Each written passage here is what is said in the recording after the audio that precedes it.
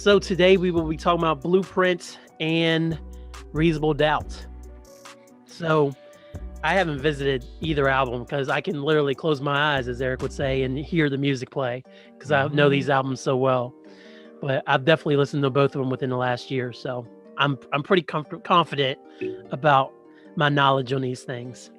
I hadn't listened to Reasonable Doubt or Blueprint in a couple of months. I typically get into like J moods. It kind of comes. It's so funny. Like I kind of just get into musical moods. Like there'll be days when I'll just want to listen to nothing but Tupac, and I'll listen to nothing but Tupac. Like 2 days ago, I was just in the mood to listen to nothing but Go-Go, and I listened to like just mad random Go-Go. And I was riding around like blasting the shit. Guaranteed no one in San Antonio knows what the fuck I was playing. No idea. Yeah. So yeah. And it's funny, I was listening to Blueprint this morning, and then I just got into the mood to listen to S. Dot collection mixtape. So good. I listened to that last summer when one of my mowing jams. It's on the iPod. It's actually funny because I forgot that on that mixtape, the same freestyle that he did in the concert movie Backstage, it made like a regular song on that mixtape. Yeah. Yes, it did. Yeah.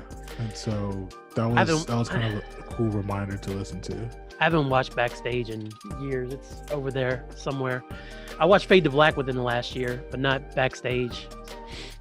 I used to watch this Backstage. It's so funny. Like my history with Jay is kind of funny. Like I used to watch Backstage.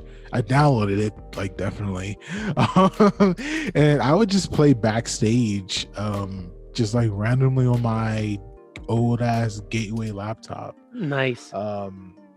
And it's so funny, like the gif of him smushing the girl with no context looks extremely horrible. It does. I mean, even context, it's kind of he was playing with her, but it was kind of bad. But that concept, like this shit looks so crazy just looking at the still of it. Like it's context matters. Context definitely matters. So much. Yeah. And yeah, go ahead. I was gonna say, and so my first J experience, really talking about my brother just now, my first J experience is actually because of my brother. When I went away to college, WVU 2004, that November my brother passed away, and kind of going through his things obviously, and there was like a couple of like CDs that he still had, and one of them was the Black Album, but it was the blacked out bejeweled album case, the completely black one. Yeah. Yes. With the Jay-Z sticker on the front. And I remember at the time I was like, I think I'm gonna give him a shot. And the reason I wasn't really listening to Jay at the time, because obviously I was into like TRL, 106 in Park, and so the hits that he had will play on the radio, be on rotation for videos. But when he did the If I'm Not Better Than Big on the Closest one, I was such a big fan of Biggie Smalls that I took offense. I was so mad because he said that. Like I refused to listen to him for like 2 or 3 years. Like that's how like upset I was or whatever. And it'd be like that. Yeah, but at the same time, I would still like, all his videos and shit, like freeways is la la la, like all that shit, like I would still have to experience them through osmosis, because that's what was it. And so when I finally gave Black Album a shot and I listened to it, and it was dope and it was amazing, I double backed to Fade to Black, the concert movie. And if you remember the part in Fade to Black when he is in the studio and they're like chopping it up about like what rap music is at that moment, and there was a one guy talking about how he conforms when he makes his music, like he's only making ultra violent music because that's what he thinks people want to hear. Yeah. And the other guy is saying there's nothing wrong with that, and Jay is like, my rhymes are not that. Like, my rhymes are not glorifying. It's telling you the heavens and the hells. And then he spits the second verse on Dead Presidents 1. When they cruising in 7, next thing you sweating, forgetting your lies. Alibis ain't matching up, bullshit catching up. Here with the Rico, they repo your vehicle. Shit was all good just a week ago. About to start bitching, ain't you? Ready to start snitching, ain't you? I forgive you, weak ass hustling, just ain't you. And I watched it. I was like, one, what Jay-Z song is this? Like, I've never heard him sing, like, heard this song before. And so I was like, what the hell is this? And so thankfully Google was around this time. We can Google lyrics. And Dead Presidents 1, I was able to find Dead Presidents 1. And I remember listening to that song. And the funny thing is, I quasi remember that video, but it was so old that it didn't like really register. And that kind of forced me then to go into Streets is Watching.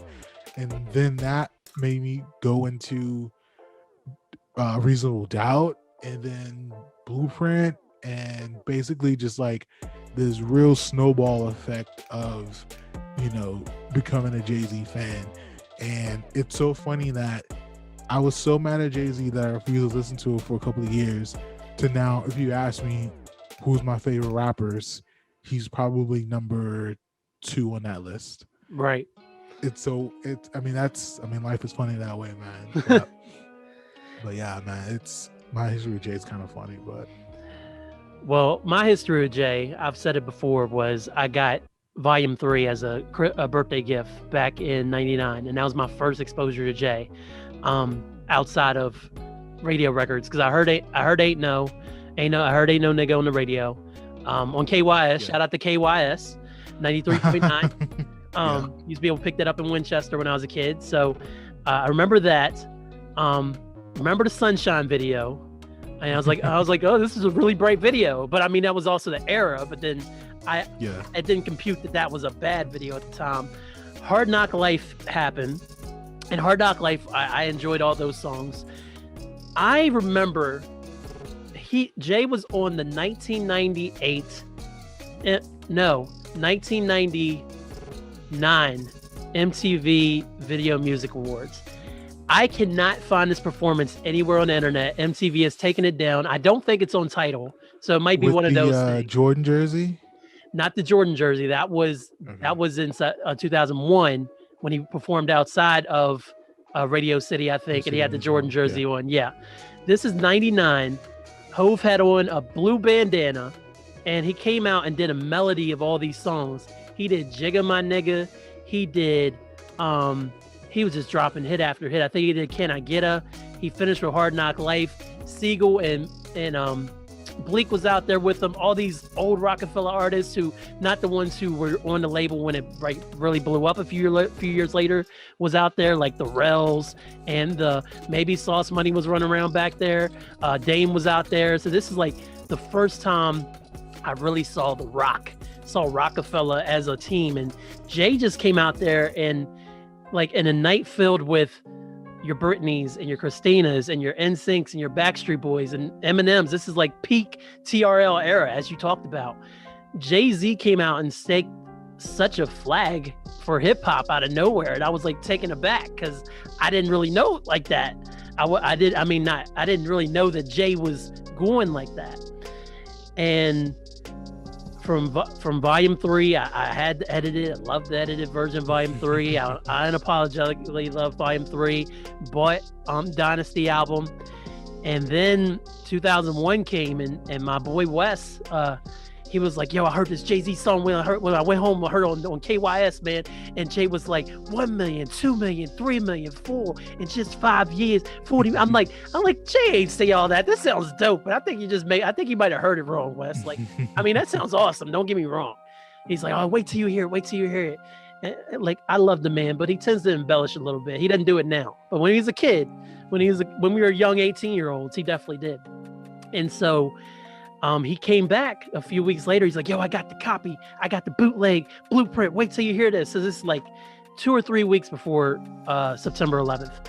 And and Izzo was out. I had downloaded Izzo over the summer. I downloaded it off of IRC. So shout out to IRC and all that code. It took me to find it and download it. But I did have a good copy of Izzo on one of my Hyphen mixtapes I used to burn. And so we played the Blueprint, man. And I've told you this before, but the track listing was messed up. His copy of Blueprint started with Never Change. And the Ruler's back. The Ruler was back. Was a Never Change's spot. So we popped in Never Change. That was the very first song I heard off the Blueprint, man. And I listened to that and I was like, yo, that might be one of the best songs Jay-Z's ever done. And then right after that is ROC.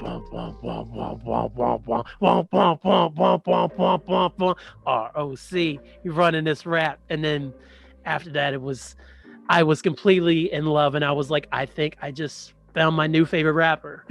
And ever since then, it's been Jay's been number one with a bullet, man. So despite it all, the ups and downs, the lemonades of it all. Yeah, man, it's so funny. Shout out, I know you shouted out WKYS, and that, I think that's one of the best things that I loved about growing up in DC and in suburban Maryland is that I would say not necessarily West Coast music. I think that like the bigger acts like Snoop and Pac, they pulled over here, but in DC, like we were kind of influenced by like just a lot of different music through different regions. Like we knew the down south shit. Like we were on like 3-6 Mafia, we were on Cash Money, we were on No Limit Heavy, Slip and Slide back in those days, Rap a Lot with Scarface. Like if you ask any person who's from DC who likes rap and is older than about 40 at this point, they're probably gonna say their favorite rappers are either Tupac or Scarface. And like UGK is like super popular, but then also like we were still listening to like New York artists, and like I said, I knew like all of Jay-Z's like singles and stuff, like even when he did the High remix, which a lot of people kind of dismiss. A lot of people kind of dismiss the High remix, but I listened. It was, the best High remix ever is whatever Beautiful Soul they had. Juvenile, Jay-Z, but then they put like the Biggie and Pac verses on it. Yes, I've heard this. Yes, like I was very thankful that they did that. But I know why Jay got on it.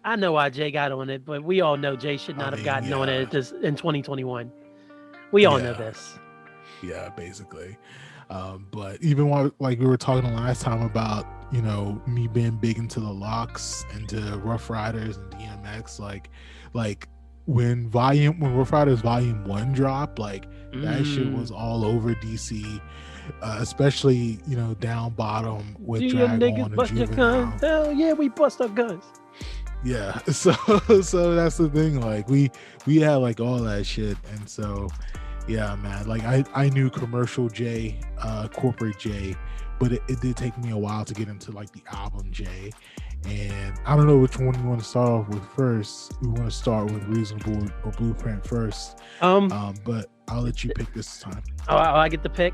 I do want to say one more time when you mentioned DMV, shout out again to my man Ed, Big Easy, because when I met Ed, he was from Maryland. He's from Clinton, Maryland, and Ed was one of the reasons why I started really liking Beanie Siegel. First off, because I was like, yeah, shout out to Ed always. Because I was like, I heard the truth. I've heard what was it? Beanie, get whatever that song was. Matt, or off the second album. You know what song it is. Yeah. I can't think of the title. Siegel was a name that they gave me. Yes. I heard that. I was like, oh, Siegel's cool. I heard him on Put Your Hands Up and stuff. And he's like, no, you got to listen to this. And then he played me Man's World. And I was like, oh, and What's Your Life Like? And I was like, oh. And then he was like, yo, also, you need to be fucking with this UGK. So I discovered what Woodwheel was.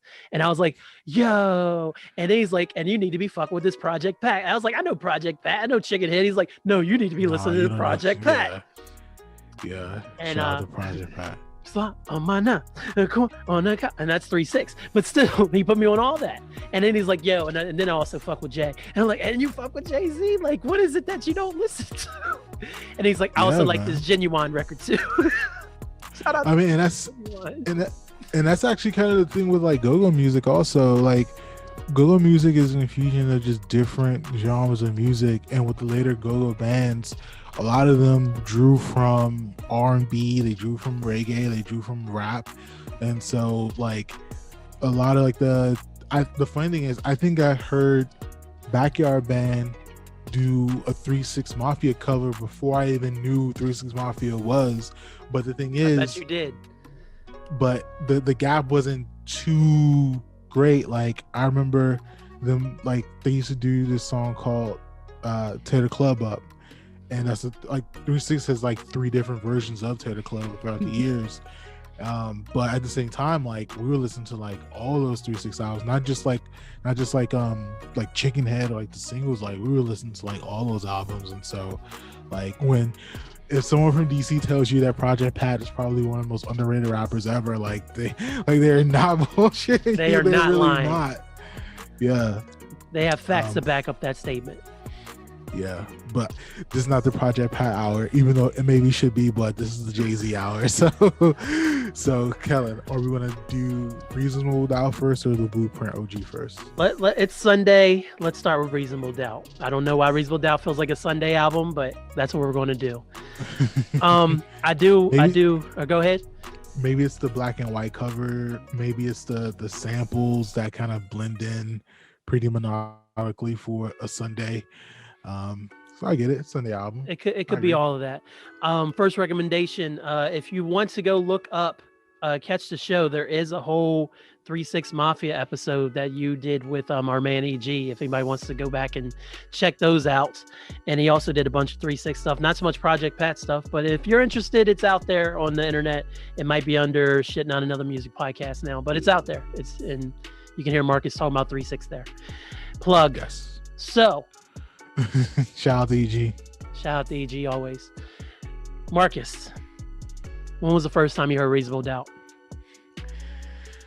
I think first time I heard Reasonable Doubt, it was in college, definitely. I think the year may have been 2005-ish. I remember the time when I got into music was like that 8th grade year. So it was roughly about the year 2000, which we already had kind of Commercial J already on like the bubble. He was someone that was pretty popular, but again, this is like the DMX era. This is coming out the No Limit era. This is when Cash Money is bubbling.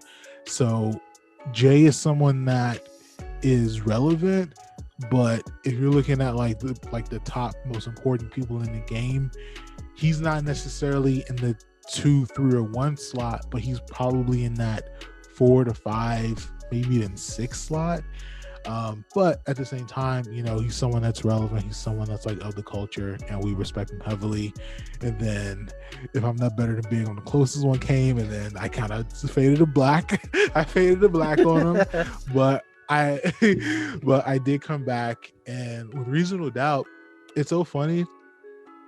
I've heard Can't Knock the Hustle so many times that I don't even really play that song when I listen to Reasonable Doubt. I only start at Politics as Usual. So to me, like, that's the intro to Reasonable Doubt to me. Just like the no, you know how we do. And so I've always like just loved Reasonable Doubt.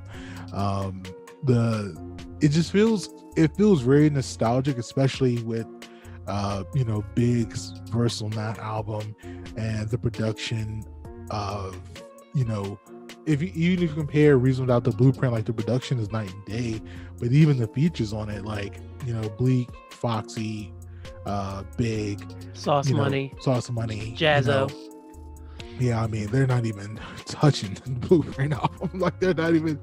Memphis is in the vicinity, but everyone else is just not in the frame anymore.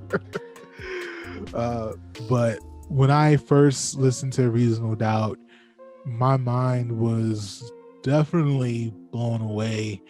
It's one of my favorite albums ever, not even just rap. Like Reasonable Doubt is one of my favorite albums ever, and each listen it feels like a layered experience. You could play it multiple times and just kind of be fascinated by the different avenues, the different cadences, like the clever wordplay, like all that. Like it really brings you into what Jay-Z was at that time. And I guess the cliche is that, you know, when a person's making their first album, it's, you know, 20 plus years of experience since that one project. But this really feels like that. Like this really feels like the guy who was hustling, you know, drugs in Maryland and Virginia, and he wanted to make music, so he made music.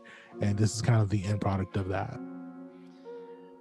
It really could have been his first and last album, is the crazy thing, because the story goes that if the whole plan was, I'm going to do Reasonable Doubt, I'm going to, like Jay's idea is, you want to do Reasonable Doubt, and then that was going to be his only album. And then I don't know if he wanted to be I'm sure he had like dreams of maybe being an executive at that point, but he's like, I'm just going to drop this once, and then I'm going to be helping out with maybe he thought maybe he could make a career out of Sauce Money and Memphis Bleak. I don't really know what his plan was, but if there's ever been an album that could be a standalone one album wonder, Reasonable Doubt is completely that.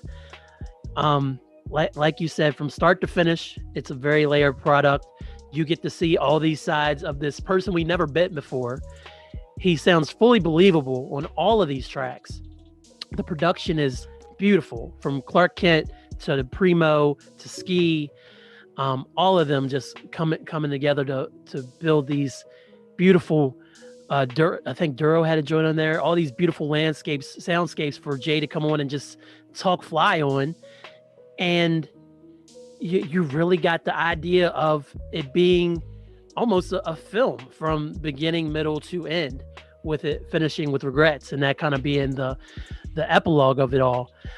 The first time I heard Reasonable Doubt, my friend DJ Wise, shout out to him, he was a substitute teacher for my high school, and he would come in from Kaiser sometimes in the Eastern Panhandle, West Virginia here, to substitute at Hampshire, and he would DJ, and then he was actually covering for our chorus class for a long time, a few months. So he would always come in, and we'd be working on our little songs and stuff. But then there was days that he would just like kind of give us off. We'd just be messing around playing music, and I got a lot of his mixes back then, so I was getting a lot of records that I wouldn't normally have access to because I didn't know about them at the time. And he kept telling me, he's like, yo, you really like Volume 3, you need to listen to Reasonable Doubt. I was like, all right, well, burn me Reasonable Doubt. He's like, all right, I'll do it for $5, because he's a hustler, whatever, cool. So I got him his $5, and he took the CD, and he drew Jay-Z in big graffiti letters, Reasonable Doubt, and he wrote the track listing along the sides of it for me. And I popped that bad boy in, and I first heard that Heartbeat, and I don't even think I had heard a Pain in the Ass intro at that point yet, because I don't think I'd heard Volume 2 or Volume 1 for that matter. And so I popped that in, and you hear that Heartbeat, and then Politics played, and I was like, hearing Mary J and Jay-Z at that time, which would have been 2000, probably year 2000 when I first heard it, didn't sound weird to me, but like Mary J in 96 was a way bigger star than what Jay-Z was. Nobody knew who Jay-Z was again. Like, he had come up under Kane and with Jazzo and stuff. He had been on a few records, but for him to have a Mary J. Blige record when Mary J. was known for her album on her solo work already, and then having songs with like Method Man and winning Grammys and all this stuff, for her to just hop on this random record with this dude from Brooklyn, it was pretty incredible. And then Mary, of course, no wasted notes, Jay coming in and straight killing it. And it's like, you know what, this is a really good record. It's a solid top-notch record to start the album with. But I agree with you that Politics as Usual is really the true start. Like, Can't Knock the Hustle is the intro. Politics is the true start, though, man. That's when you get to the meat of the album. Yeah, because it's like, I don't know if you remember ever catching the video for I Can't Knock the Hustle, but they used to play that video pretty regularly on BET. I would definitely say that, not necessarily MTV, but definitely BET. So that's why I said, like, I heard that song, you know, so much, and then the DC radio did play it too. So it's kind of like, it's like if you watch the original Star Wars, but then someone gives you Empire Strikes Back and Return of the Jedi. If you have all three, you're not really going to watch the first one if you watch it so many times. Like, you'll just go to the other two. And so that's kind of how I kind of feel about that. But yeah, it's still, Cannot Hustle is still a great song. Especially I put on Fade to Black. And eventually Mary J's going to do that live, like on the Fade to Black concert. So shout out to Mary for that. Yeah. I that whole Fade to Black concert is so iconic. For like the concert was iconic, but then also I always just loved the film, just to see the little bit of behind the scenes stuff. I would have taken more of the behind the scenes stuff, honestly, if they had made a making of the Black Album and done the concert film separately. I would own them both, because I love them both so much. And getting to see all that stuff behind the scenes, especially with, like you mentioned earlier, Jay dropping wisdom and Kanye pretty much rapping for anybody who will listen at that time. So yeah, it was a lot of cool stuff, man. But then you go from politics and into Brooklyn's Finest, man, and like Big and Jay on this song. I'd have to say, I'm not going to say I'm not going to say who was better on the song. I'm not going to go there, even though it's probably Big. Whoops. But it was big. It was big. Yeah.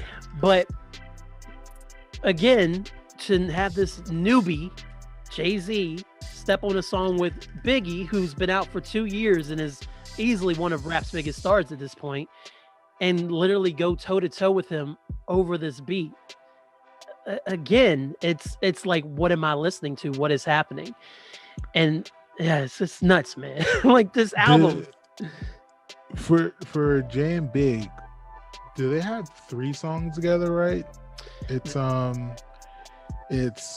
Brooklyn's Finest, it's Love the Dough, and it's Young G's. Is there a fourth one? There is not a fourth official one. I think they might have thrown, I don't know if they threw Jay on that trash duets album they did. But I think there was only 3 while Big was alive. Okay. Yeah. So of the 3, what's your favorite? Love the Dough, Young G's, and oh man, Brooklyn's Finest. You know what? I really fuck with Young G's, yo. Young G's goes so hard in the paint. Yeah. It goes so hard. The only minus is I'm pretty sure Big wrote Puff's verse, and so we don't need Puffy on that song. No.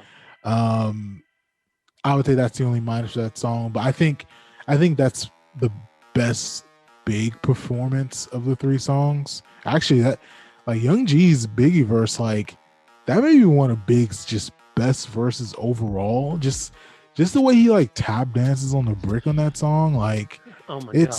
It's pretty nuts. So yeah, I would say I think Young G's, probably commercially speaking, is probably like the least, I guess, champion. But I would say Young G's is probably the best. Would I go after that? I think Love the Dough was so fun. I don't know. I think I would pick Brooklyn's Finest over Love the Dough, even though Love the Dough was like mad fun. Like, that's a fun ass song. Like that's the song. I don't even think there's even really cussing in that song, so you can put that on the radio.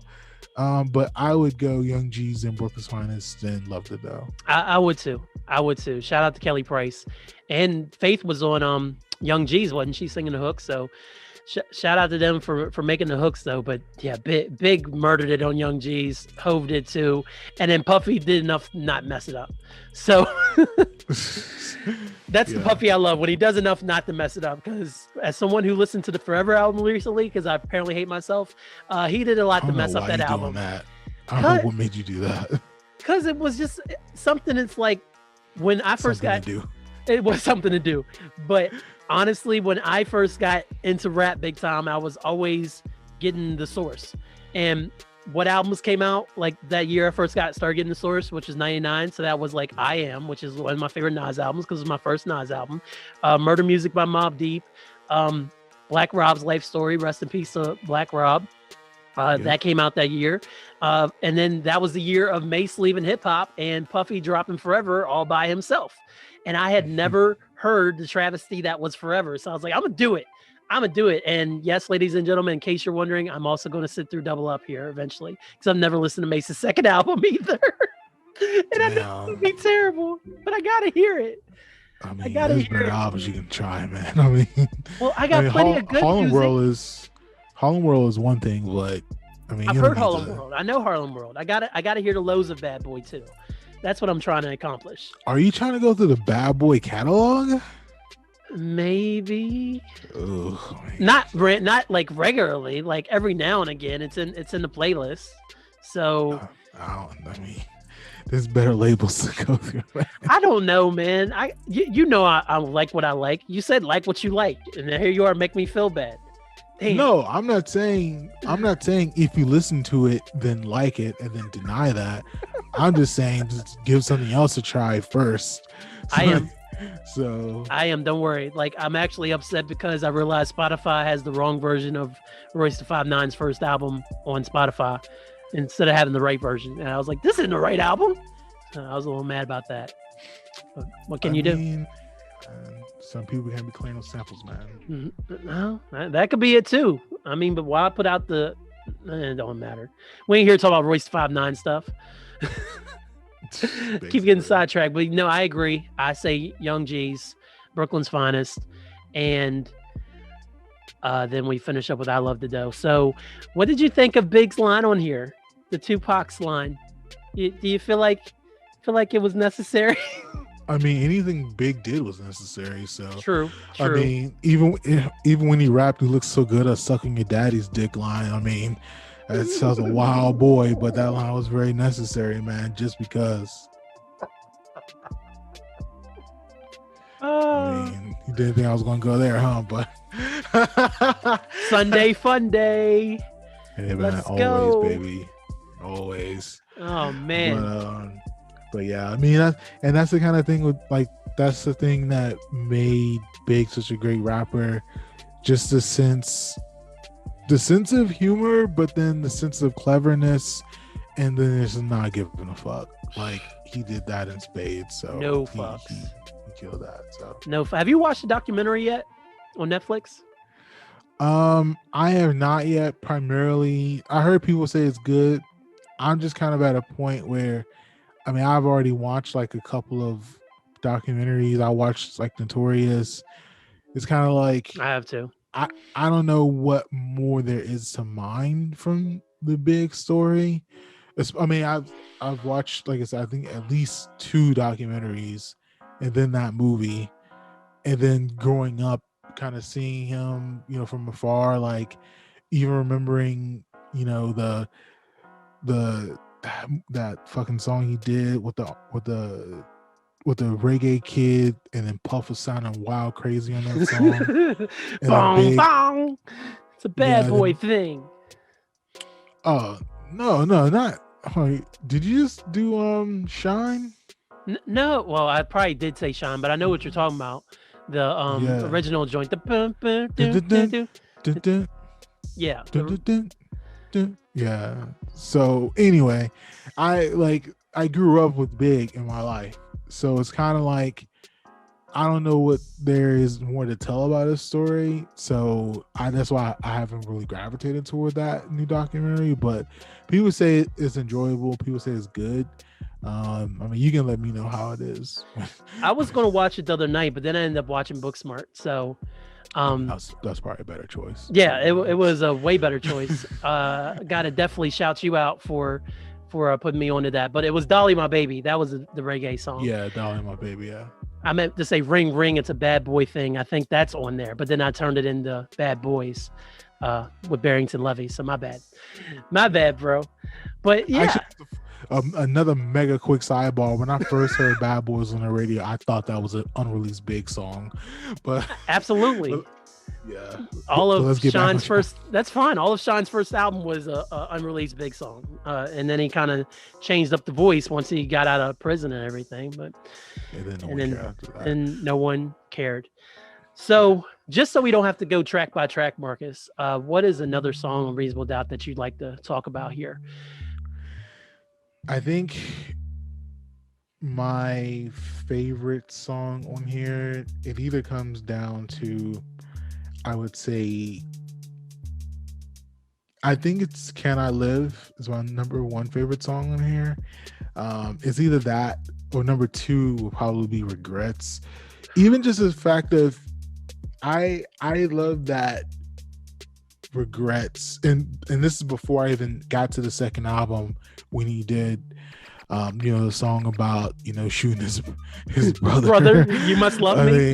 Yeah, but this is like Regrets is like the first time, especially if you, and that's kind of the thing of like what kind of pop music can kind of do, and just popular music in general, is that if you just listen to the singles and you don't go deeper, you're not gonna find like a lot of like tangible kind of music in most cases.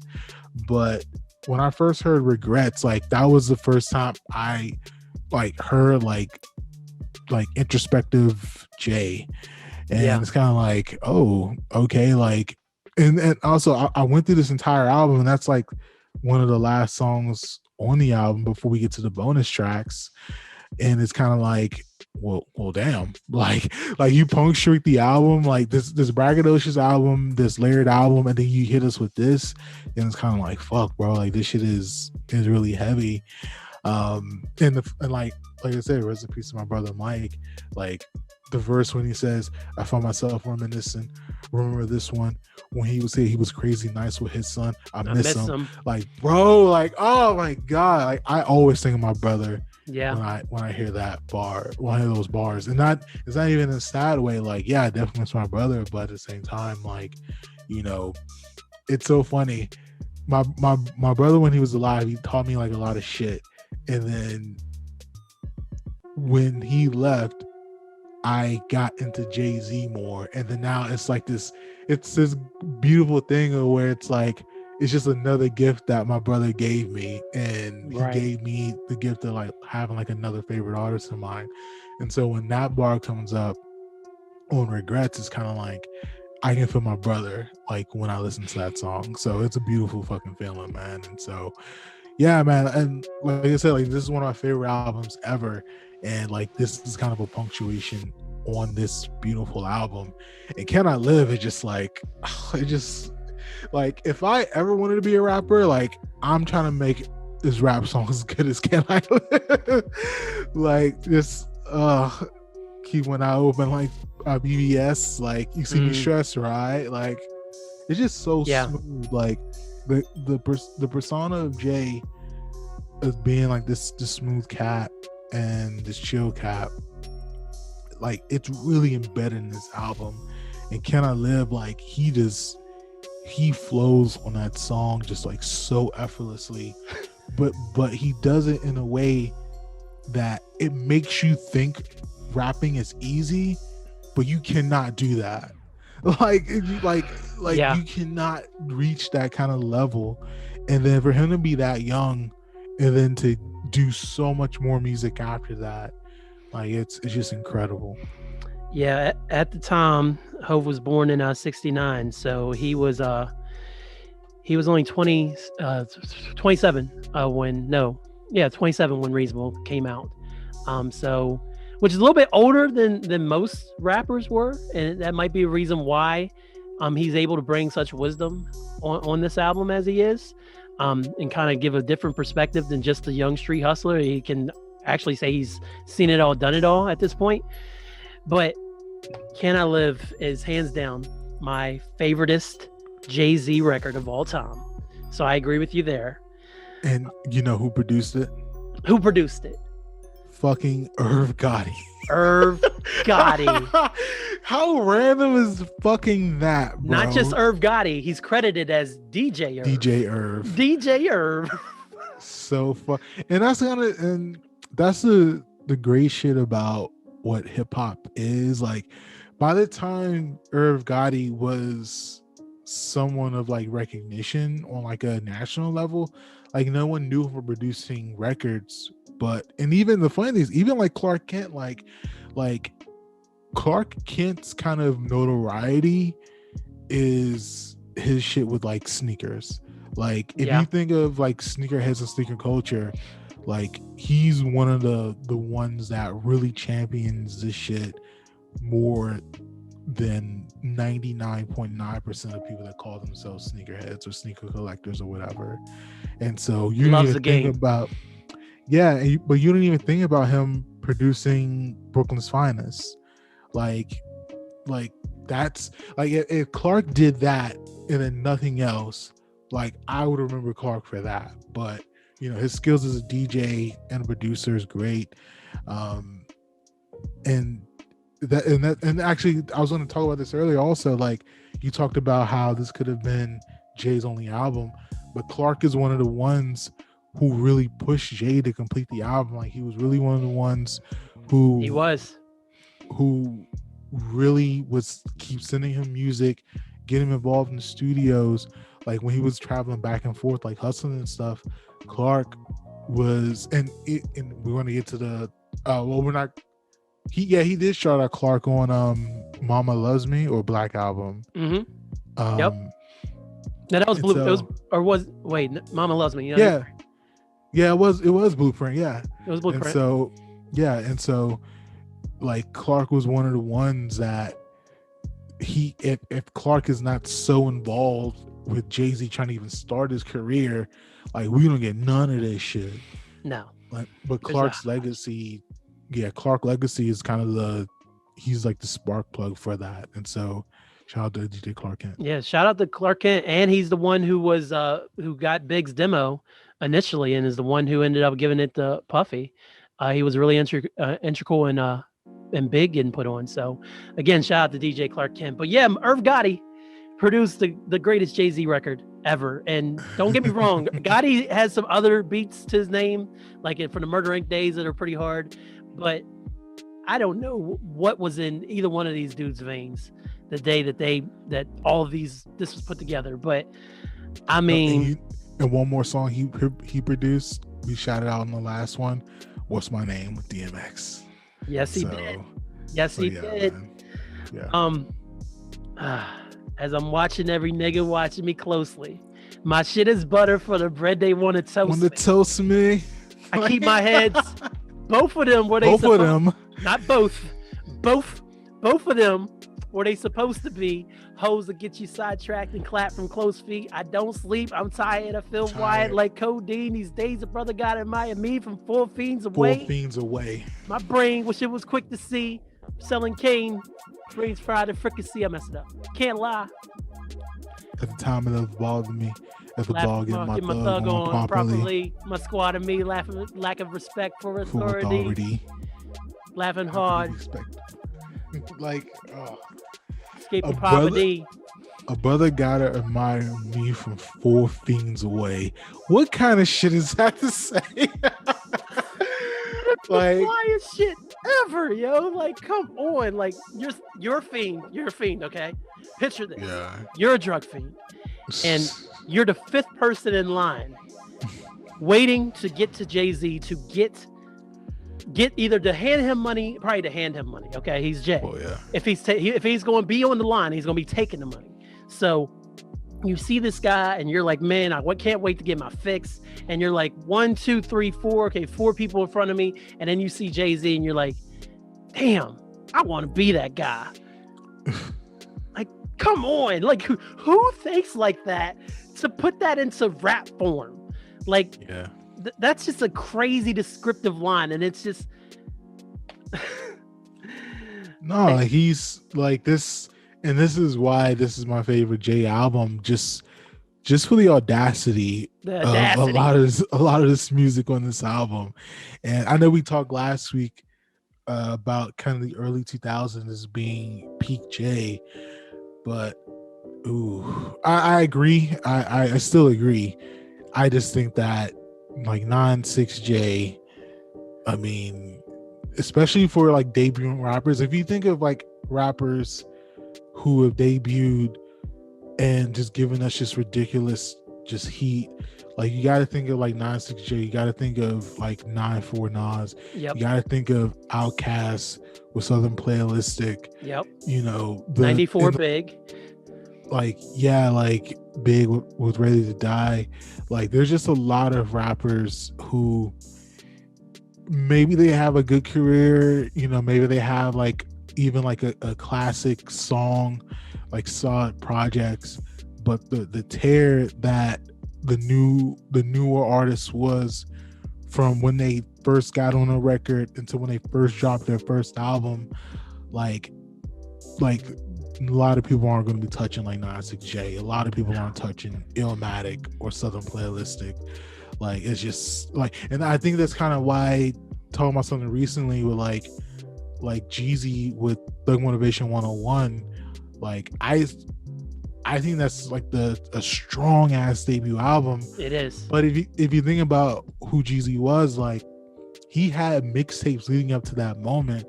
So like Jay, Outkast, Nas, they didn't have no albums. They just had like pockets of songs to sprinkle in. You had Live with the Barbecue, you had the original Players Ball, you had Jay on like Jazzo shit, Originators shit. Yep. Yeah, but like they didn't have like the kind of luxury to test run projects before the first album. And so I just think that, you know, it's incredibly impressive what Jay was able to do on Reasonable Doubt. And speaking of DJ Irv Gotti, I actually like Fool's Paradise remix to Can Knock the Hustle more than the original. Oh, well, I mean, it's a hot take. It's a hot take. I know it's a hot take. I and also because like I said, I would skip over the original Can Knock the Hustle, just play the entire Reasonable Doubt, and I will always hear like the Melissa Morgan, all those runs she was doing, like all those runs she was doing or whatever. Nailed it. Like obviously she's not married. Like, okay, she's not married, but you know, I've always kind of fuck with that song pretty heavy. And yeah, it's a bonus track. It deserves to be a bonus track. It's a different take of the song though, so I understand why you would gravitate to that more, especially if you feel like the original's played out more. Yeah, and so I always fuck with that. And also, Can I Live 2? It's definitely not the OG Can I Live. It's not passing that. It's not. It's so like, I feel like I think that's an embodiment of what a remix should be. Also, kind of talking about what you just said for Can Knock the Hustle. Mm-hmm. Like, Can I Live 2, like, it's completely different tone. He has Bleak on it, and even kind of the kind of humorous Jay at the end when he's like, credit card schemes, got 2 kids, no man. I like that shit. Shit like that. It's just like, now he's just fucking with us to get the album out. Like, now he's just playing with us. Yeah. But even then, like, I still fuck with that song. Yeah, I came around on it because we discussed on the pod before that I didn't like that song. But that was because I'd heard the OG version of Reasonable Doubt, which was they actually had Can't Knock the Hustle and the Pain in the Ass intro separate, and there was no Can I Live 2.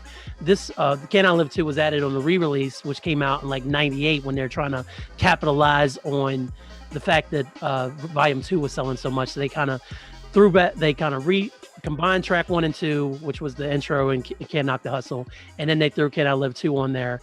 And you can hear in Jay's voice, it was recorded in a different time period because he has more of the volume 2, volume 1 voice versus his normal, the tone that he uses throughout Reasonable Doubt. So it is a good song though. It is a good sequel. It is not going to ever be Can I Live, which I saw him perform live, and it was the greatest day of my life. I saw him perform that, but I saw him perform You Don't Know live during the 444 concert. Yes, you did. And I caught the Holy Ghost. Like, this shit was nuts. That song is nuts. Go ahead. My bad. Keep going. Nah, like, because the funny thing is, I've always known that I've always loved You Don't Know. It wasn't until that very moment that I saw him do it live that I knew that was probably my favorite Jay song, like, ever. Oh, okay. Like, because I vividly remember, dun, dun, dun, dun, and I lit up more than anyone else in my section, and I didn't give a fuck. That was me for Can I Live. Yes. Like, and it was like, it was a fucking freight train, bro. Like, it was seeing it live. I'm so happy I saw it live. Like, I have no clue what concerts will be in the future. I have no clue if Jay will ever tour again in the future. I mean, why does he really need the tour? But, you know, seeing that live, like, that shit was so dope, man. It's so fucking dope. I am jealous that you got to see that. Serious question. Original. Shoot. I just completely went blank. That's going to have to be edited. Okay. Sorry. Okay, I'm ready. So, serious question. Original You Don't Know instrumental or the remix You Don't Know instrumental? I tweeted at Just Blaze, and Just Blaze said I approve. I go with the remix. The remix is crazy, yo. Yeah. Like, I like the song in totality of the original is my favorite Jay song, but the You Don't Know remix beat is better than the original beat. Okay, I'm just making sure I'm not crazy, because every time I hear that, and it's like, if I was going to rap over this, and I actually was going to rap over it at one point, but then who knows if I ever will.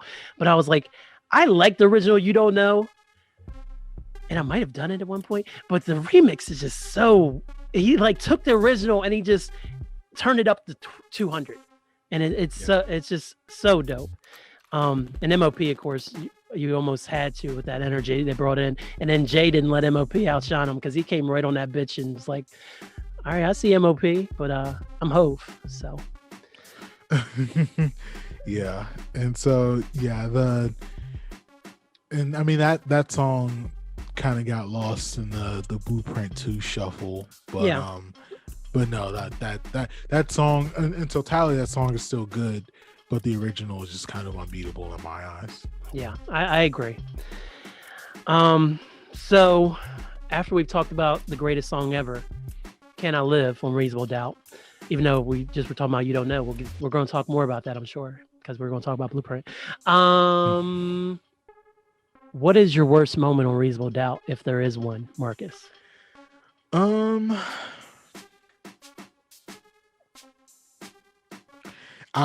definitely remember Ain't No Nigga being a single. Same. That song works better as just a Foxy Brown song featuring Jay. So I'm not mad that it's on Reasonable Doubt.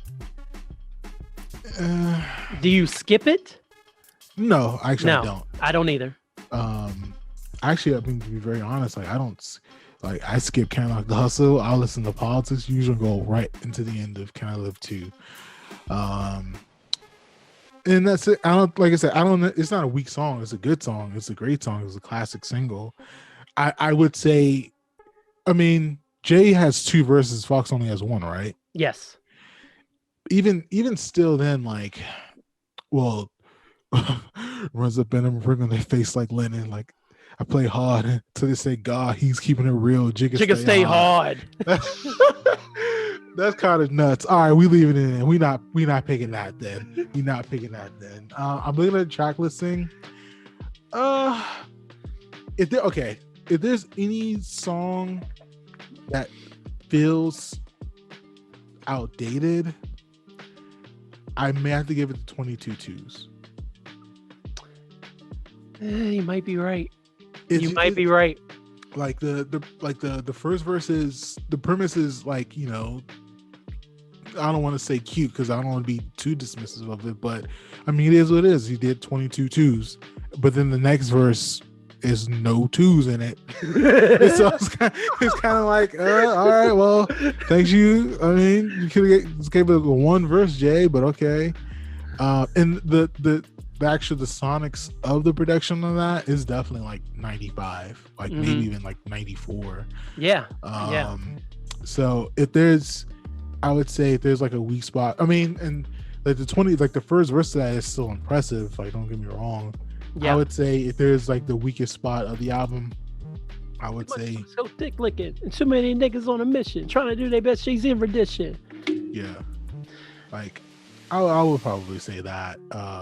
What would you say would be the weakest moment of Reasonable Doubt? You know what? I was having trouble thinking of it because it wasn't going to be Ain't No Nigga, because every time it comes up and it's like it's right after Can I Live, so I know it's the next song after like your highest of highs, and it's like then you're going to come down for Ain't No Nigga. But it's like it works, and shout out to the sequencing that was done on this album, by the way. Yeah. But you know what? As I've gotten older over the years, you know what it is about 22-2s that bothers me? It's not Jay's second verse. It's that dumbass skit that they build around that song. Yeah. Who's in here smoking reefer? Who is that? Who is that?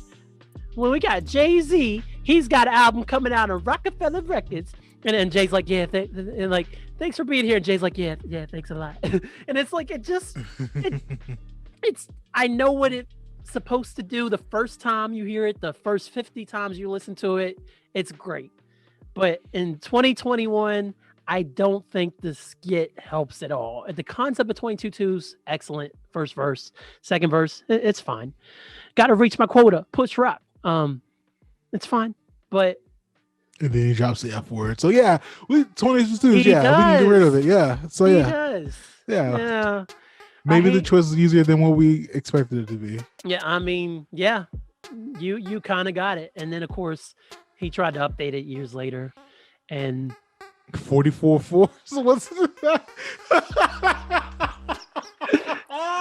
That was in 06. About that. That was from the Kingdom Come era, man. That shit came out like I think it leaked around the time he did the 10-year anniversary concert at not Radio City. Or what? No, yeah. Was it Radio City?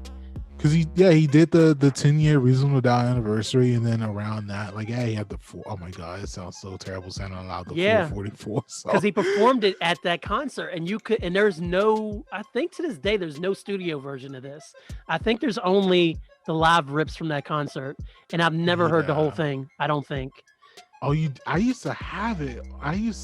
Was it the studio or was it the live version? No, it was what?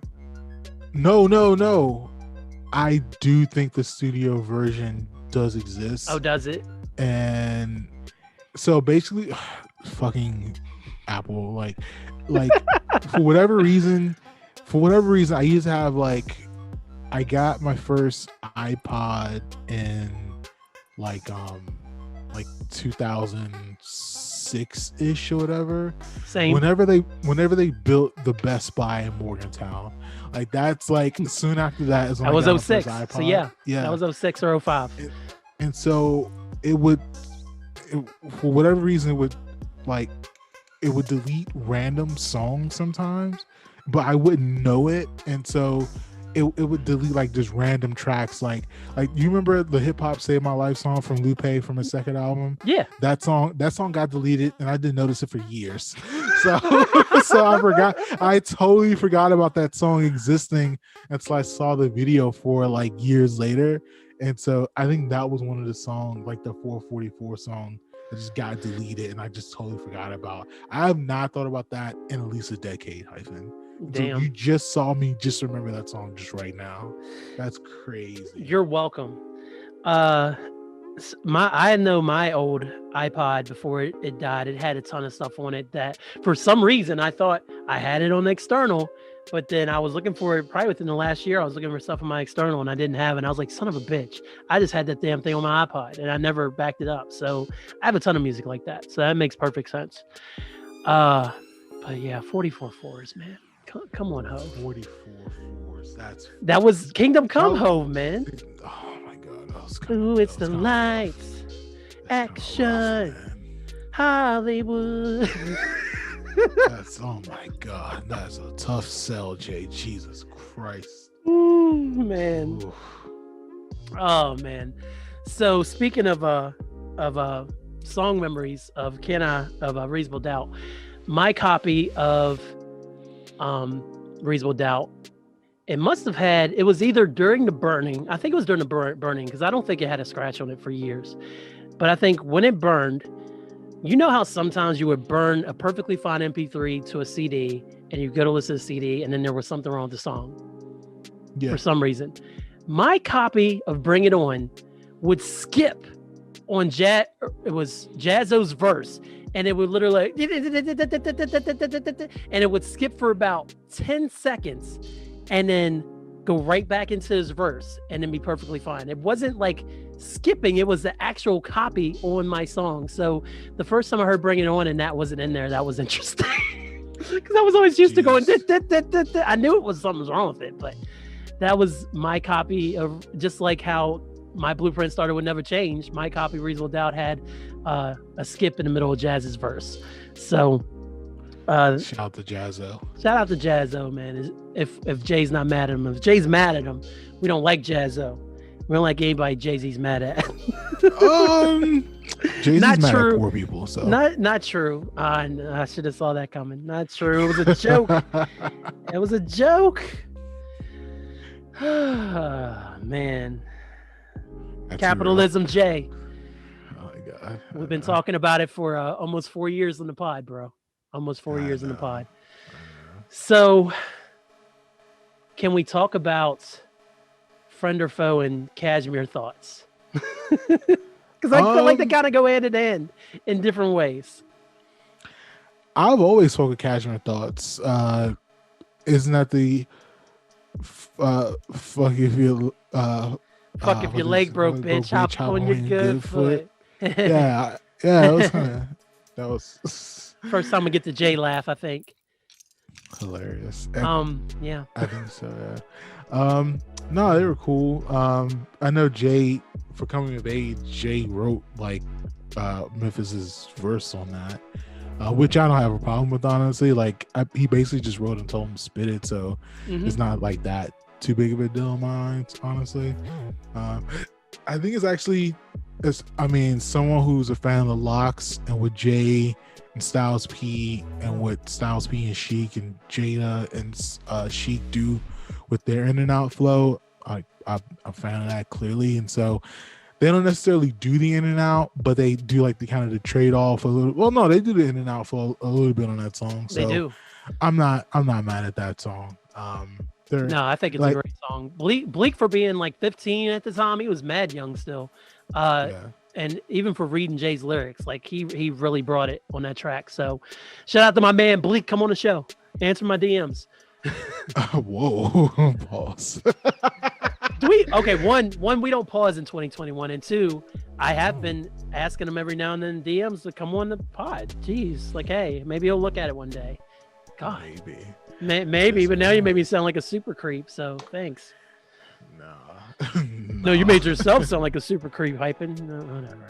I didn't want to say it, but answer your DMs, Memphis Bleak. I'm waiting for you. Nah, and whoa, you gotta pause that one now. Like that will definitely pause. I'm not pausing it because I'm just joking. It's just jokes. Golly, man. Okay, all right, go. I love you, Memphis. You're my favorite. We know that for the last 45 seconds. I'm just gonna lean into it now. You know, I'm going to just make it more awkward than it needs to be. It's not awkward for me, baby. I mean, hey, turn off the lights.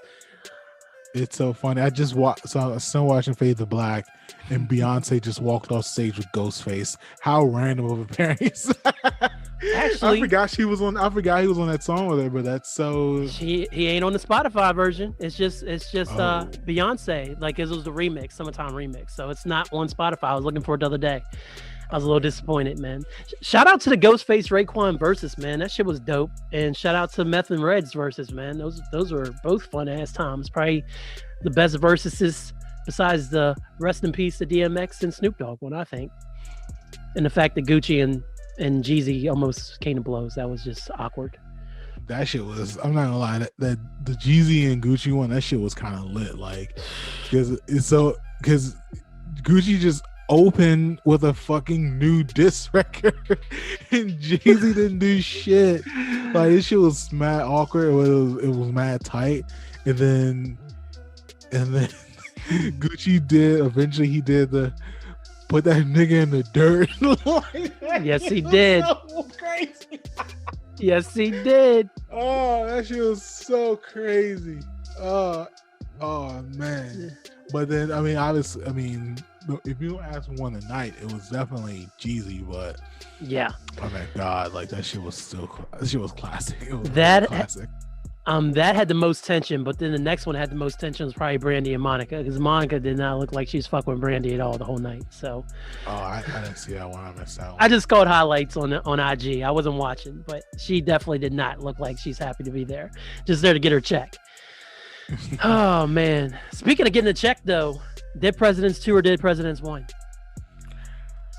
You know, the funny thing is, I've always said Dead Presidents 1 and obviously I that's actually one of the songs that got me more invested into Jay's career. I think the structure of that song and the storytelling he does in that song and the kind of the realness of what that song is Dead Presidents 1. I listened to Dead Presidents 2 today, and it actually kind of hit me listening to it today, like how awesome Dead Presidents 2 actually is. Like, I feel like for me, like Dead Presidents 2 was in the shadow for so long of 1 that maybe I didn't like fully appreciate it, but I was listening to it today, and it's just a really, really dope song. And so it's definitely not one of the low lights on that album. Like, it's really strong. And the funny thing is, like, I wouldn't even replace it. Like, I would still leave Dead Presidents 2 the way it is on the album, and then Dead Presidents 1 just be like a white label.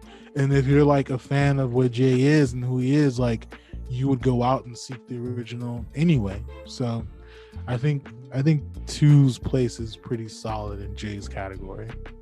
They're both amazing, but Dead Presidents 2 would be my choice as well. Like, first off, again, shout out to Ski, man. Ski did such work on this album. Politics as usual, Dead Presidents 2, feeling it. 22 aforementioned 22 twos, he does have that. But yeah, this is probably one of the most iconic beats from Reasonable Doubt. This is the one that most up and coming MCs think they should rap over. I personally have tried to never touch any of these beats because I hold them in such high regard, because I just can't imagine dropping some lame ass bars over any of these. Not to say I'm lame, but if I drop one lame bar, it's like, nope, this ain't good enough. I'm not going to put this out. This is a waste of time. But Dead Presidents is one of the most beautiful instrumentals on the whole album. And the run from Politics as Usual up to Ain't No Nigga is pretty phenomenal, man. Because you got Politics, Brooklyn's Finest, Dead Presidents, Feeling It, The Evils. 22 twos is in there now. So, and then Can I Live. So even to run up to 22 twos, but then it's only 22 twos and then Can I Live. So if you can sit through 22 twos and take it for what it is, which is fine, easily to do, and it's Can I Live, it's a pretty uncomparable run on an album. Like, again, the sequencing is just fire on this entire piece. Yeah, man. Yeah, definitely.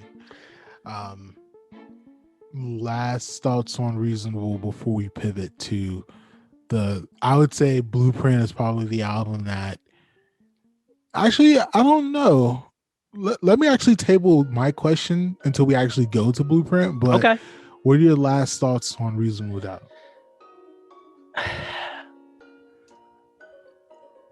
Reasonable Doubt is ultimately, as much as Illmatic is revered as the greatest debut album of all time, and I'm not taking anything away from Illmatic, Reasonable Doubt is ultimately what any rapper who has any respect for themselves, this is what they strive to be throughout an album. Because Jay is funny, Jay is witty, Jay is serious, he gets real deep without telling you anything, which leaves a mystery to it. He's able to do songs that are on the radio, such as Ain't No Nigga and Can't Knock the Hustle. He's able to make you laugh, make you cry. I already said he's funny and witty, but he's just able to give you the complete package in only 55 minutes of runtime before you throw on the bonus track "Can I Live Too." And it's such a feat that it's something that just is hard to accomplish. Like, even for seasoned veterans who have made albums for years and years and years, to sit down and try to make something like this, it's almost unattainable, because somehow, with the producers and with the things Jay-Z knew, and how Jay-Z taught himself how to rhyme, and then his mentors such as Kane and Jaz-O, and then the independent mindset that him and Dame and Biggs had going into this album, it was the perfect storm to create what is arguably one of the best hip-hop albums of all time. So even after all this time, we're 25 years in, and this album is still fresh, other than 22 Twos, and it's still a touchstone in hip-hop. It just speaks a lot to everybody who was involved in the entire process. Shout out to Clark Kent for making him rap. Shout out to the fact that Jay never went to prison for anything he did before this. But it's just a hip-hop accomplishment that puts Jay on hip-hop's Mount Rushmore for sure. Yeah. I think I already said all my thoughts. Like, it's still one of my favorite albums, like, regardless of genre. It's the album that I think there's two rap albums for me that I would say are in the discussion of greatest rap albums ever. Mm-hmm. More so in the fact that if someone asked me what the embodiment of what hip hop is, to pick an album to represent that, there's two albums I would pick. It's either Illmatic or Aquemini. I think the range of what those two albums do, and just the depth that those albums go, respectively, of each other, I just think is absolutely amazing. For me, though, I think Reasonable Doubt is an album that I would want to make myself if I was a rapper. Right. I would want to make something that is lush storytelling, good production, classic verses, and then like the classic origin story, basically. And I don't necessarily know if Jay was always chasing Reasonable Doubt. I don't know if Nas is always chasing Illmatic. I don't think Nas was. He didn't act like it. Yeah, you said it. You're right, Kellen. One was the other was Illmatic. Yeah, basically. And I think the great thing about Outkast never chased. Like, Outkast continually reinvented themselves through each album, through each project. Kanye, before he fell off a cliff, Kanye continually evolved as an artist, and different flavors, different vibes, different attitude for each album. But I think that what Reasonable Doubt did, it solidified the persona, especially with, I think, a lot of people like me who had to double back because people were telling Reasonable Doubt was so good that they went so long without listening to it, they had to double back and listen to it, and then that solidified him even more in a lot of rap nerds' minds. Oh yeah. And so I just think that Reasonable Doubt really has kind of a special place in New York hip hop and just hip hop overall. And I would definitely love I would have loved to have gone to that 10-year anniversary show to where he performed this and nothing else. I think that would have been really dope. But maybe he'll do that for the 30th anniversary. Who knows? It would be safe by then, we hope. So that would be real cool. Hopefully. Yeah. So the Blueprint, September 11th, 2001. It was released, and it was, like I said, it was already taking the world by storm because it had already leaked by then, and people was going nuts about this album and its sound. And ultimately, after Reasonable Doubt, this would be my second favorite Jay-Z album. Yeah, me too. And it redefined the sound of hip hop completely, of rap, because this was the start of Jay-Z setting trends. Like, if there's any trends that come to mind, it's sped up soul samples and take that throwback off, wear button ups. Because well, a little bit before that, yeah. So the fact that most of this album was completed in a week, the bulk of it, hell, not even a weekend, and then he kind of sprinkled the other pieces on over the next couple months. The fact that I remember adding the source for this album that had it under an entirely different name, actually, and I saw it once not that long ago, but it's a new Jay-Z album coming out in August featuring the single Izzo, and it's going to be called this, and then it didn't end up being called that. I remember that.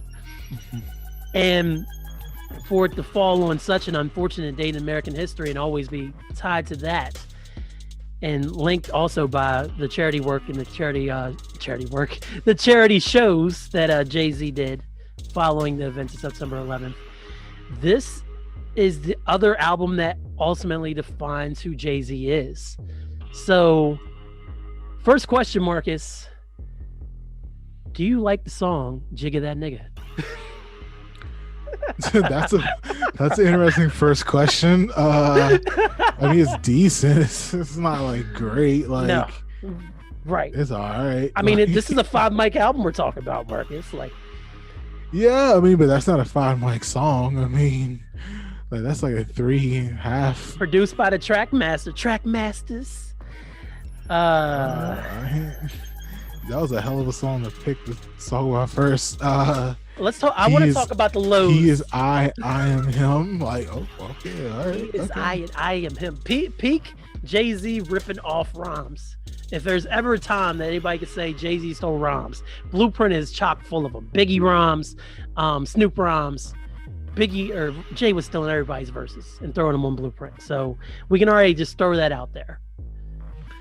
Yeah, I think it was obviously with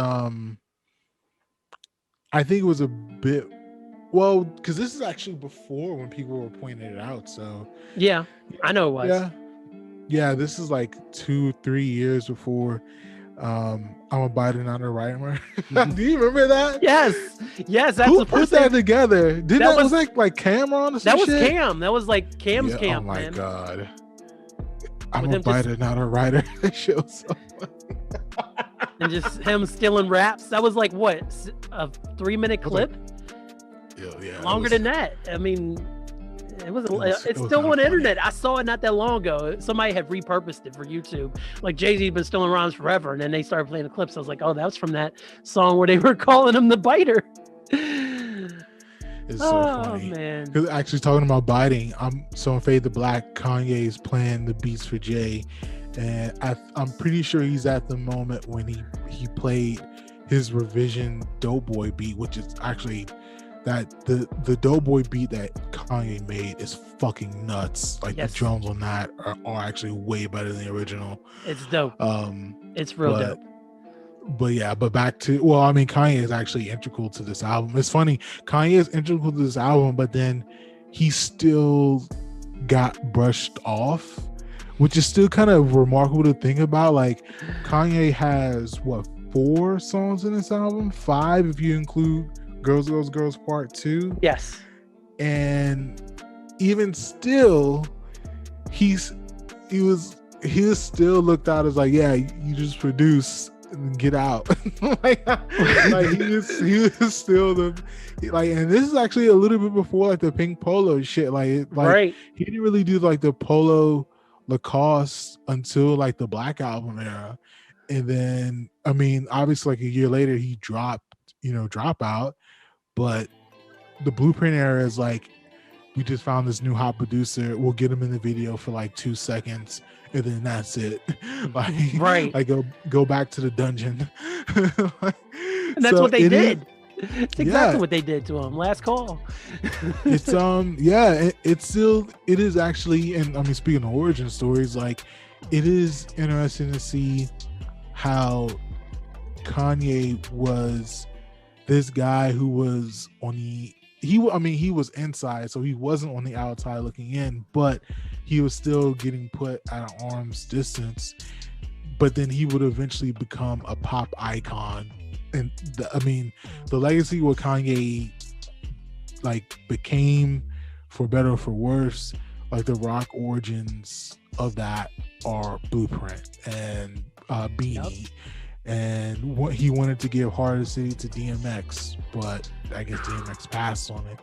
Yeah. Which, that's I don't know what DMX would have done with it, but Jay-Z, he definitely handled it in the right way. Yes. Also, he got no credit for his vocals on Never Change, because that's definitely Kanye spitting on Never Change. For some reason, Wikipedia has Michael Jackson listed as producer on Girls, Girls, Girls Part 2, in addition to Kanye. So that's interesting. I still, to this day, have never heard the uncredited vocal that Jay claims is on Girls, Girls, Girls Part 2. I don't hear it, Jay. So I don't know if you're embellishing or not, but I don't know, man. But yeah, Kanye did 4 tracks. Just Blaze turned in 3 tracks. Bink was responsible for 3 tracks. Poke and Tone, of course, did Jigga That N. Timbaland came in with Ola Vito. Eminem showed up for Renegade, of course, and that's your producers for the Blueprint. So, next question: Renegade. Do you like Royce's version or Jay? I'm kidding. No, I'm kidding. I'm not going to say do you like Royce's or Jay's version better, because obviously the answer is Jay. For me, it's Jay. Can we talk about just some revisionist? Well, I think we need to make some revisionist history. Let's do it. Just for once and for all, just say Jay was not murdered by Eminem on Renegade. Like if you want to talk about being murdered on the song, the totality of what that rapper does, it has to be better than the totality of what you do on the song. And so, like, you can I guess make an argument that maybe Eminem had like the best verse on the song, but Jay's second verse on that song is fucking incredible. Yes. Like a lot of, and obviously this is a time, obviously, like, when people kind of ran with like the Nas, this is Eminem murdered you on your own shit, and like that became like this whole massive thing that was blown out of proportion. Mm-hmm. I think this is where we actually set the record straight. I'm down. Like Eminem did not murder Jay. Like, it's like, now you can make the argument that Jay had Eminem's verses, so he had a better opportunity to make, the best verse in the song, and he didn't. Okay, but that second verse, pocket filled with a lot of lint, not a cent, got a vent, a lot of instant loud sauce on the project bench. What you holler rent, gotta pay rent, bring dollars in, by the bodega, I ain't under my coat feeling braver, do wrapping my waves up, pockets full of hope. Like, he called drugs pockets full of hope. Eminem not doing that, man. Get the fuck out of here, man. Like, no, I'm all for anything that lessens the impact of ether. I'm totally here for it. So no, Jay was not murdered on this. The first time I heard Renegade, I was like, I thought that was one of the classic Eminem productions from that era, because like Eminem's production era is pretty much from like 2000 to 2005, like when he dropped Encore. So it's one of his better beats that he put out in this time frame. It's dark, it's moody, it changes everything up, especially after all the soul samples, and then you get to this dark, moody track. And then, yes, Eminem had a great verse, but Jay did not get murdered on his own shit. Jay's first verse is good. His second verse, like you said, is super crazy. And then Eminem comes in with it's not a position, and they listen, and he does a great job. But the whole song works as well. Like the hook works. Obviously, the Royce and Eminem version was recorded first, but Jay was able to just put his pieces in on the hook where Royce had his parts in, and they made it work, man. Like, it's a great song on a great album. So no, I completely agree. Jay was not murdered on Renegade. So I'm here for that sake all day long. Anything that lessens ether. Either was like, the shock and awe campaign of what Ether was, you know, we can give it credit for that, but if we're like, even if we take fandom just aside, like I said, I think Illmatic is one of the best representations of what hip hop is, and I think Reasonable Doubt is one of my favorite albums ever.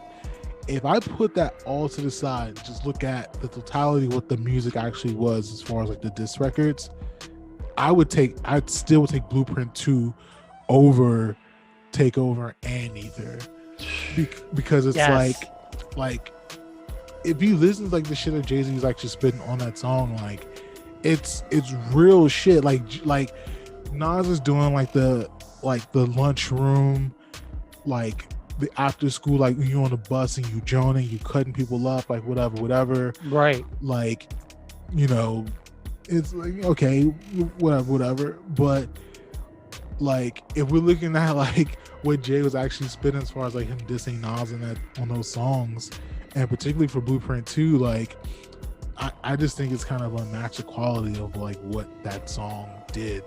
And Takeover, I love Takeover too, and he still sending shots Nas's way, but I think Blueprint 2 is probably like one of the most underrated diss tracks, especially for an artist like Jay who's mega popular. I think Blueprint 2 is incredibly underrated. And the fact that he just put Blueprint 2 on disc 2 of the Blueprint 2 and then like made no big deal about it. He's like, because Nas came back with on Godson, he had it brought up another last Real Nigga Alive. He brought it up again, brought up the beef again. And so when Jay came out and dropped Blueprint 2 and literally dropped Blueprint 2, like he literally, like you said, was speaking truth. And that's the thing I've always hated about Ether, is because of course Ether's aged horribly. The beat was already terrible. The hook is pretty terrible too. But I mean, he was just making fun of Jay, and like nobody had ever came at Jay in that way. And it was amplified to the biggest scale ever. So when Jay got mad about it and went and did Super Ugly, that's when everything kind of went off the rails and then they did the Battle of the Beats, of course. It's like Super Ugly versus Ether. Of course Ether's a better record than Super Ugly. But you put Takeover versus Ether, I'm still taking Takeover all day long. Because like Jay was even saying, like the Searchlight publishing line is iconic, man. Like, yeah, I sampled your voice. You was using it wrong. You made it a hot line. I made it a hot song. And he's like, you know who I paid God? Searchlight Publishing. Like, that's talking about Nas's business. And it's like flipping the whole thing about sampling my voice from his Stillmatic freestyle from the summer of 01. It's just, come on, man. Like, it just frustrates me, and I'm super glad that we don't have to sit here today and talk about Jay-Z and Nas still beefing all this time later. Like, nobody wants to talk about them beefing 20 years later. So I'm glad they squashed it in 05. I'm glad we've gotten the songs we've gotten, and I'm kind of glad that Jay and Beyonce still find ways to step on Nas whenever we get the chance. Whenever Nas go about to release something of theirs is going to come out. You can almost guarantee it. But I just hate that whole narrative. And that was one of the better lines on Ether, that Eminem killed you, but Ether's full of a bunch of taunts, and that's what led us to Super Ugly. Takeover was full of a lot of truth. A lot of truth, man. Yeah. And like, even for like Blueprint 2, when he was like, is it Uchi Wally Wally? Is it one mic? Is a black girl lost? A shorty owe you for ice? Like, just even pointing out, like, even we talked about this just now when we said like he wasn't chasing Illmatic, he was chasing like the Pop-Tart charts. Like, even just in those that 2 bars for Jay, like, is it Uchi Wally Wally or is it one mic? Like, is it black girl lost or shorty owe you for ice? And the funny, and this is like, even when people like were criticizing Nas chasing the charts, I'm not gonna lie, I like, shorty say what you're right. I like that Back song. it up, say what you right. But at the same time, it's like, I remember One Mic being this. One Mic had a moment of being a hit record, and it's like, wow, like Nas is like this thoughtful guy. But if we looked at what it was like like months earlier, he was shorty, oh, you for ice. And so it's like, what's the truth? It's like the Oprah meme, like, so what's the truth? Nazir. Right.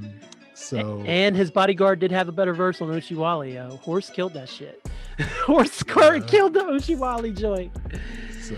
So yeah, man, it's Jay. I mean, obviously Jay won the battle of the songs in life.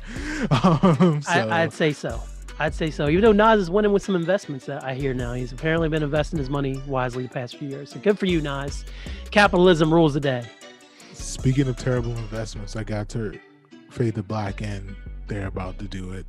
They're about to do Best of Both Worlds. And here comes that. They come out like this. And they both got the white on. That's R. Kelly. And R. Kelly's like, what? Welcome to the Best of Both Worlds. He lip synced his whole verses, and then Jay thought his mic was broken, and in actuality it was not. He just wanted to lip sync.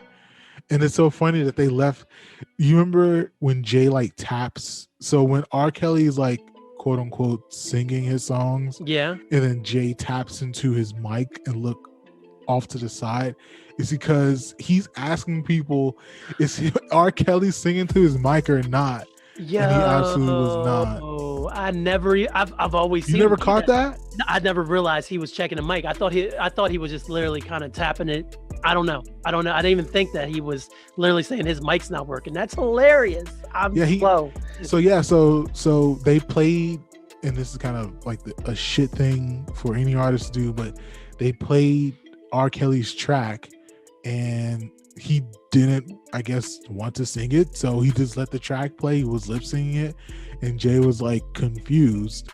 But you can hear when R. Kelly, like, he freestyles, because that comes through. But right, especially when they do, I think it's more prevalent in the Body Yaddy Yaddy song. Yes, he's just like lip singing that whole song, which is fucking. I mean, R. Kelly's a weird ass guy, but that's just another part of it.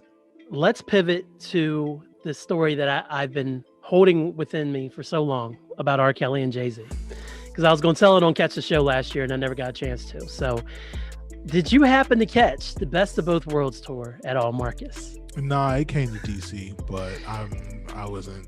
I mean, at that time when it came to DC, I mean, actually, this is like the time when I was not fucking with Jay, because it's a big line. So no, I didn't go see it. Okay. Well, me and Angel went to see Best of Both Worlds. We went to go see it in Baltimore because we had actually went to go see the Truth Tour in 2004, starring the aforementioned Kanye West as opener and Usher. We saw that in Baltimore in 2004. So when they announced the Best of Both Worlds tour, I was like, yeah, I really want to go see Jay-Z. So we got some seats and went up to Baltimore to go see the Best of Both Worlds. So first of all, let me tell you, this show started so late, man. So late. We were sitting and nobody knew what was happening. The arena was full. They're playing music and they kept saying, oh, the show's going to start soon. And I'm like, and this is after I think they'd already canceled one show because of technical difficulties or something. So I'm like, they're going to cancel the show. We drove all the way to Baltimore, and they're not going to do the show. And we drove from Morgantown, of course. Yeah. So finally, they start playing the videos, like the tour videos. So it's like they're showing these buses and they're rolling up, and one bus says Jay-Z, another bus says R. Kelly, and then the buses burst onto the stage, and then they both come out of the buses, and then they do like Best of Both Worlds, and then they do they probably did Take You Home With Me. They did like 2 songs, and then they rolled the buses back out, and they both left the stage, and then after that it became a Jay-Z show. And so Jay-Z came out. Yeah. Jay-Z. So Jay's out and Bleak's out. I believe, actually, Siegel wasn't there, but I'm pretty sure Freeway and Young Chris were there. And I think they did like half of what we do. And I think they did You, Me, Him, and Her, which is super dope. But they just go into this Jay-Z show, and like, I'm enjoying the show. I'm like, yo, this is dope, a Jay-Z show. And it's like, after that, Jay left the stage, and then back out came R. Kelly. And I don't know if you've seen his tour outfits from the 2000s, but my man had on all purple, had on purple do-rag, purple leather, and he had on this big old belt buckle with a tongue hanging out of a mouth. Jesus Christ. Yes. And then he proceeds to start running through his catalog, man. And so it's like, that was cool, especially for back then. I'm feel kind of gross. Like I've actually blacked those memories out of the R. Kelly show because I don't care for him anymore. And then Jay-Z came back out and Jay-Z did more songs. And then here comes R. Kelly again and does more songs. And then they both come back out and they do like a couple more songs off Best of Both Worlds. And I think this is when they had the second album out too that they did that had like the Don't Let Me Die Tonight and stuff. Yeah. So they came out and finished up with that. And then the show was over. And then a few weeks later, everything happened at Madison Square Garden and the show was infamously canceled. So that was my time going to see the Best of Both Worlds. Was they were barely together and it was super late and I went to Baltimore to see it. So it's actually a really bookmarking time to what hip hop was, because I still remember the firestorm of, and this is when what year is that again? Was that like that was 05 when that happened? Yeah. So I was that time I would have been transitioning from sophomore to freshman to a sophomore, WVU. This is a concert in New York City. It caused such a fucking firestorm that it swept the internet. Well, it swept like the hip hop blogs and hip hop websites at that time. Mm-hmm. It actually wasn't even real blogs. It was more like hip hop forums and shit. Yeah, websites. Yep. Yeah. Websites. And so news sites, more news sites than actual blog sites. And people were like talking about it, like R. Kelly saw a gun in the crowd. And like I remember like Jay went on like Hot 97 and was like, you can't sneak a gun into Madison Square Garden. Who would wave a gun at you? Yo, didn't Tata pepper spray R. Kelly too? Yeah, it was some shit like that. Like, this nigga's a wild boy. He was a wild fucking boy in the wrongest of ways. And like that, and so man. it was so fucking strange, bro. Like it's so crazy. No wonder he don't count that in his 13 albums on his 444 album cover. Like, and we're back to that. You didn't even count right, so nigga. Fucking strange. You didn't even count it right. Christ. What's the worst Jay-Z album cover? 444. It's just mauve. It's just fucking. Beige taupe. That's what she said. It's like Times New Roman. It's just come on, Jay. You fucking mailed that one in, Playboy. But I do want to say shout out again to Jonathan Mannion for another great cover on the Blueprint, though. He did Reasonable Day. He did Blueprint. 444. I think it said 444. I mean, Jonathan Mannion, you working the Microsoft Paint now, buddy? I mean, the Microsoft Word actually is fucking Microsoft Word. It's fucking guy, man. He like probably a fucking billionaire. He got the album cover template. He got the album cover template and he just typed 444. And he's like, this is his 13th album. Oh, God damn. You couldn't even take a picture for the fucking album. Like, Jesus Christ. The picture's available on Tidal only. I mean, Jesus. It's terrible. Jay, and that may be Jay's last album. Like, well, technically the Car is his last album, and that album cover it's okay. That cover is not. I mean, at least it's a fucking picture. Like, it's not just fucking type Beyonce and Jay-Z album. Like, yeah. I think we're going to get one more Jay album at least. I think we're going to get a Dread J album. It's got to happen. It doesn't have to, but I feel like it's I was gonna say I don't know if it needs to happen. It probably will. It does not need to happen. I would prefer him to do guest spots on albums like he did with Electronica. Technically, I mean, it's so the album is billed technically as a Jay-Z and it's billed like Raekwon's and Ghostface albums were, right? But at the same time, like, we just consider those Wu-Tang albums. Like, I don't consider that like a solo Raekwon album. I don't consider like Iron Man a solo Ghost album. Supreme Clientele was his first real solo album, I think. Yeah, And so I'm that's a part of the 13, Jay. Add another the fucking 20. Add another notch. Jay Electronica, Jay-Z album. Add that notch to it. His next album is going to say this is his 14th album. I'm a fucking barf. I'm gonna barf all over It's gonna be iPhone. It's gonna be yellow cover. Oh my god. Oh my god. That's exactly what it's gonna be, man. That's exactly what it's gonna be. So does Izzo still hold up for you today? All Kanye production holds up, I would say. Maybe kind of preface that. I would say Kanye production, like maybe 2000, and I would say anything from like the shit he was doing, the early shit he did with Bleak up, like that shit all still holds up. So, I mean, Izzo is still a nut sample. It's definitely like, you knew Jay was going to make that a single. Like, there's no way that song would have been an album cut.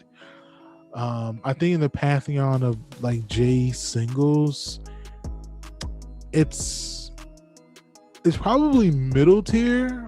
I wouldn't, but again, like if you think of even like the most popular kind of Jay songs as far as like singles, and then like Rang Out and like clubs and parties and shit, like it's a little bit before this when we do like the shit that we get from not necessarily Change the Game, but I would say what's the shit he has with Pharrell? I Just Want to Love You. Yeah, I Just Want to Love You. Like that shit popped off like in a major way. Yeah, it did. And then Big Pimpin', that's top tier Jay singles. Oh, absolutely.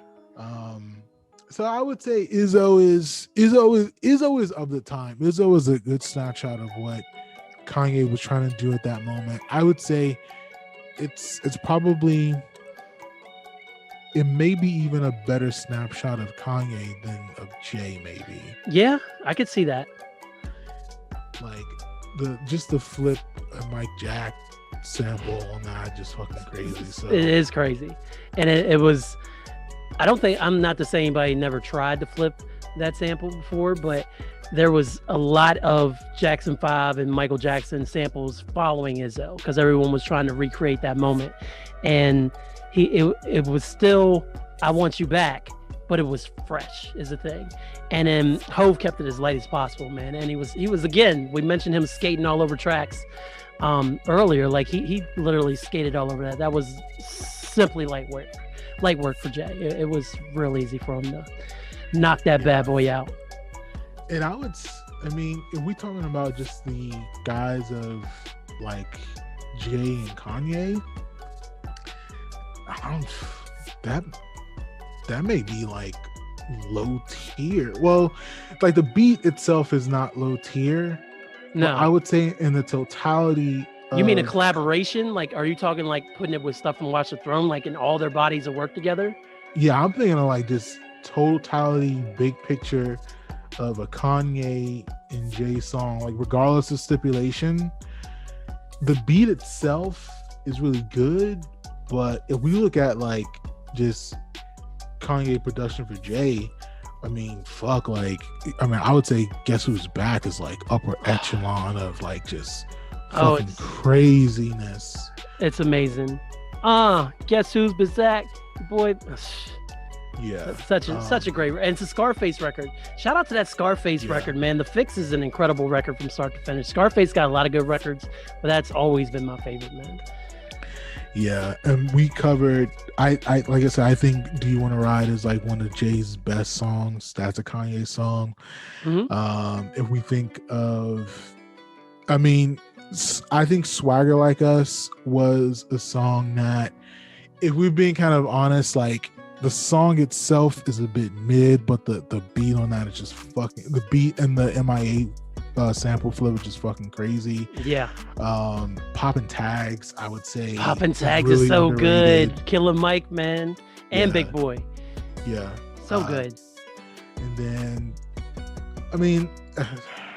Run This Town is a better Kanye song than it is a Jay song. Yeah. Even though it's on Blueprint 3. I love Already Home, the Kid Cudi, the one he's on the hook on. I do too. Love that song. Great record. Yeah. And then obviously the shit that we had on Watch the Throne, and even kind of just features that Jay is on, like So Appalled. So Appalled. Yes. Yeah, that song's really nuts. I mean, and then kind of double back to kind of going a little bit around this time era. Lucifer is fucking nuts. Mm-hmm. Never Let Me Down is on Dropout. Oh my God, Never Let Me Down. Oof. So, I mean, like, I think all the songs I've named, even like Swagger Like Us, which I think is still kind of mid, I would say is probably better than H. Izzo. No, I agree with all those choices. It's crazy, like when you compare producers and stuff. People always think about people who produce for Jay. They think Neptunes, they think Tim, they think Kanye. But Kanye and Jay really have worked together for, I mean, obviously have a whole album together, but just when you look at the body of work and then you put it against anybody else's work with Jay, is no contest, man. Kanye definitely, I mean, other than Just Blaze, maybe. Just Blaze might be up there, but I mean, again, Kanye has an album and is an artist. Just Blaze has never tried to be an artist other than him singing a few hooks for Mano back in the day. And I mean, we talked a little bit about Scarface, a little about Beanie. This Can't Be Life. Crazy. I didn't want that, the respect to Jay. I wanted him to go hard on it. Leave it to Kanye. I know. But I think we were talking about the best producers to get the best out of Jay. Mm-hmm. I think it probably comes down to totality wise, Just Blaze and Kanye. Yeah. If we look at Just Blaze, I mean, we got Song Cry, we got You Don't Know, we got Breathe Easy, we got Girls, Girls, Girls, not just from this album. Right. And then obviously You Don't Know remix. Meet the Parents, which is kind of like Meet the Parents is such an introspective Jay song, storytelling Jay song. They got lost in that Blueprint 2 shuffle. Yep. Hovey Baby, can't forget about that joint. That was crazy. Yeah. Then we got public service announcement. Yes. Dear Summer, which I absolutely love Dear Summer. I adore Dear Summer. Listened to it recently. It's a beautiful song. Yeah. And then we got the Kingdom Come stuff. Yeah, yeah, we got the Kingdom Come stuff. Kingdom Come stuff. Let's just leave it there. We already talked about Kingdom Come. The American Gangster Records.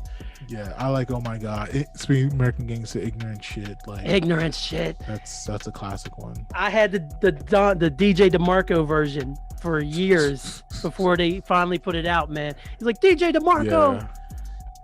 Yeah, I can never find the version without Siegel, but I mean, it was pretty much once they put it out. And then amazing record.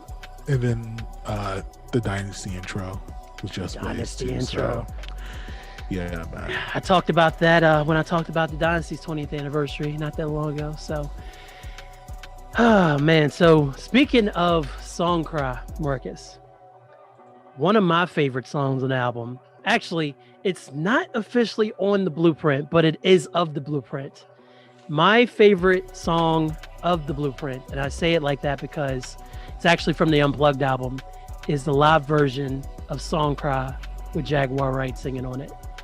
That is probably my favorite song next to You Don't Know on this entire album run. Because if Unplugged, just say it is like a bonus disc that goes with the Blueprint, I'm gonna say Song Cry live is probably my second favorite track on there.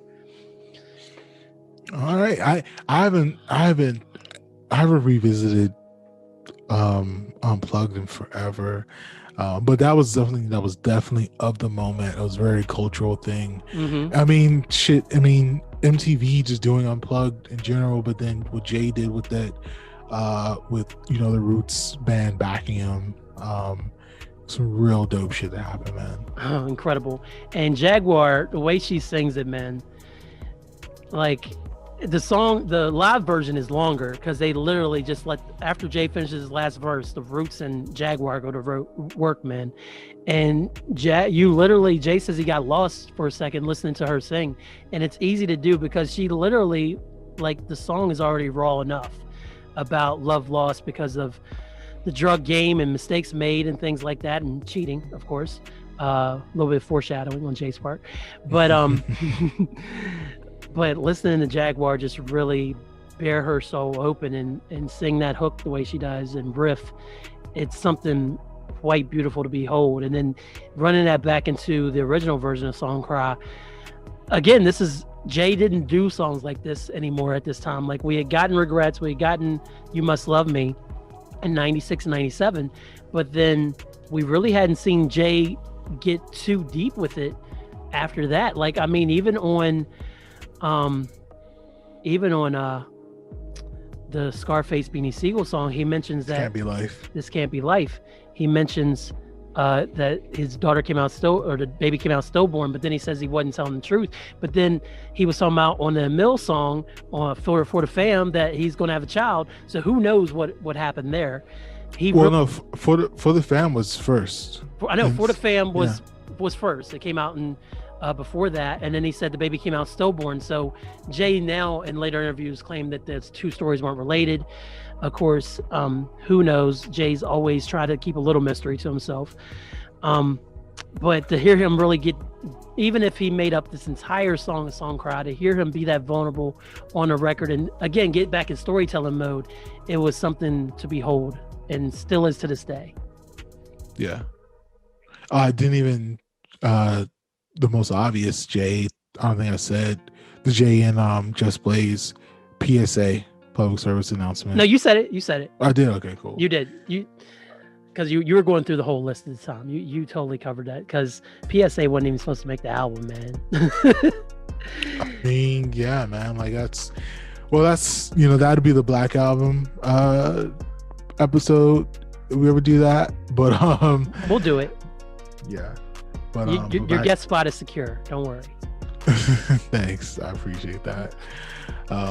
But for Blueprint, I think I already said my favorite song from this. You Don't Know. You Don't Know. What's your favorite track from this? No, it's You Don't Know. Because again, that was a song that Wes was rapping to me that he claimed he heard on the radio. And then when I actually heard it, I was simply floored, because again, we talked about how much Reasonable Doubt showed you about how to be a rap artist or how to make an album and goals. It's album goals, essentially, is what Reasonable Doubt is. You Don't Know is rapper goals. Like, this is how you make a rap song. You get a hot ass beat. Step 1. Step 2, you rap over a hot ass beat and you do 3 double verses. Or you can even put step 2, make a dope hook that works with the beat. Also helps to have a awesome sample that does most of the work for you. That's a little trick there, a little cheat code, pro tip. Then you have rapper get on the song and do 3 excellent verses that are flawless. Rap song, that and an end song. That is literally how to make a rap song from A to Z. And the fact that Jay does it over this outstanding instrumental by Just Blaze and does it so well, it's probably a top 10 Jay-Z song. Marcus, one day we're going to have to sit down and do our list so you can laugh at my hot takes again. Jay. The best out of Jay. And I'd say You Don't Know has to be a top 10 Jay-Z record. Yeah, that's not a hot take. No, but you know how we do hot take episodes, always say something and you fall out the chair laughing at me normally. Like my take about Rich Forever still holds up. That was, boy. Ooh, doggy. We gonna be rich forever. Forever. I mean, if you say Jigga That N is a top 10 J, I mean, I'm not gonna say that. And not the Rough Riders Volume 1 version, but the Blueprint version. Yeah. Because that's Jigga my nigga, not Jigga That nigga. So. Oh, gotta get the niggas right. You know what I mean? Gotta get the niggas right, bitch. And not to be confused with Nigga What, Nigga Who originated as 99. Which that song is actually pretty fire. It is fire. And I was really happy that Linkin Park they bought it on the mashup album. I'm not gonna front. That Linkin Park one maybe better than the original. I listened to Collision Course because you we're talking about listening to it recently, and Collision Course holds up real nice. It's a quick listen, but it's Collision good. Course holds the fuck up. It totally does. This is not up for debate. It's so good. It's so The mashup that shouldn't work works, and the R. Kelly and Jay-Z stuff that should work absolutely does not at all. Musically, touring, none of that works. But Linkin Park and Jay, super dope. And also, I didn't know that Jay actually performed that. They did something for Chester after Chester passed away, and Jay actually performed on BBC Radio for that, and did one of the mashups a few years back. So I thought that was real cool. No, I remember that. I totally remember that. I missed that, so I just saw that because I kind of was in my Linkin Park bag because I was listening to that Mike Shinoda album from a few years ago, and I ran across that. So I thought that was real cool. What you just sent me? Just Blaze, is it cool? Oh, got you. Cool. Oh, yeah, Just Blaze did reply to you. Yeah. You and Just Blaze are homies now. Ask him to come on the show. Ask him to see if he's busy. He's such a storyteller that he would be an amazing interview. Oh, of course he would be. So, I mean, he was always great on Combat Jack show. I know. Rest in peace to the God. Yeah. Rest in peace to the God Combat, man.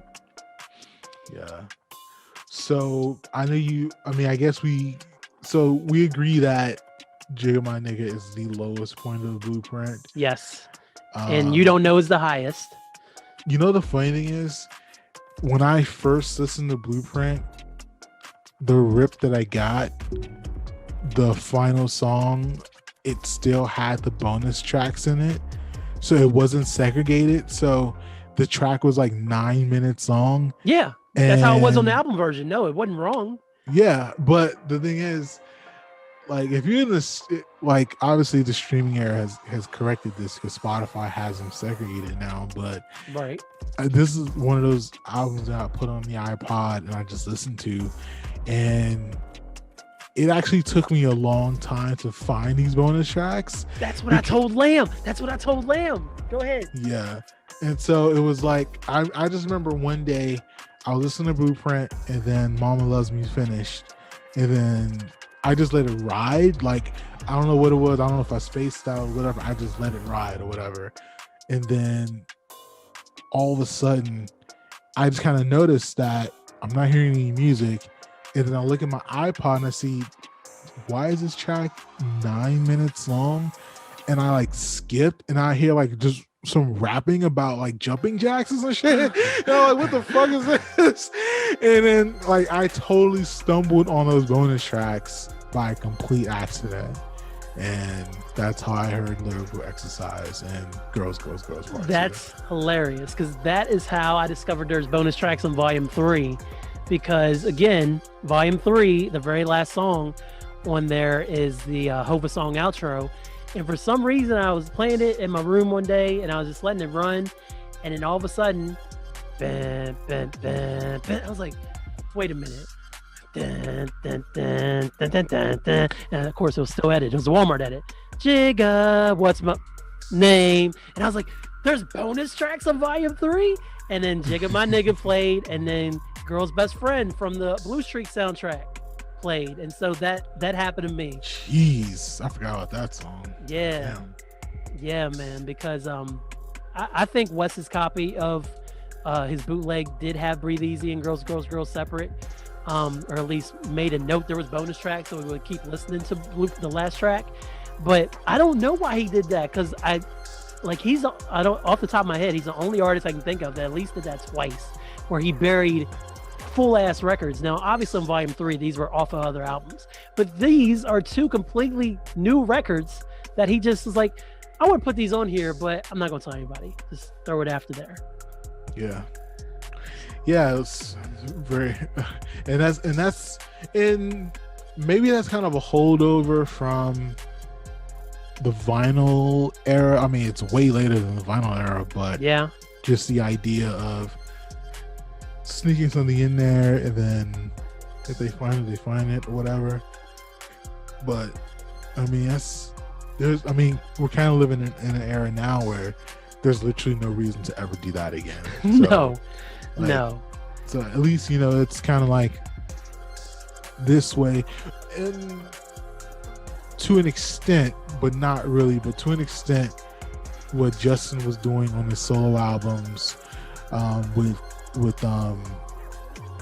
Timbaland, as far as like the mashing up of the two completely different types of songs and then making it kind of amalgamate, you know, this isn't that, but I guess it's kind of in the same realm of like just drawing these sort of songs together in this kind of way. But I would say rappers don't need to do this ever again. So like, it's like, I know Bill Simmons like to ask what's aged the worst. I would say putting this, especially Lyrical Exercise, which is, I mean, it's in the vein, it's in the vein of what 22 Twos was, as far as like kind of like a gimmicky type of record, but he's still so impressive on it that you can't really dismiss it as just like a gimmick in that kind of like negative connotation.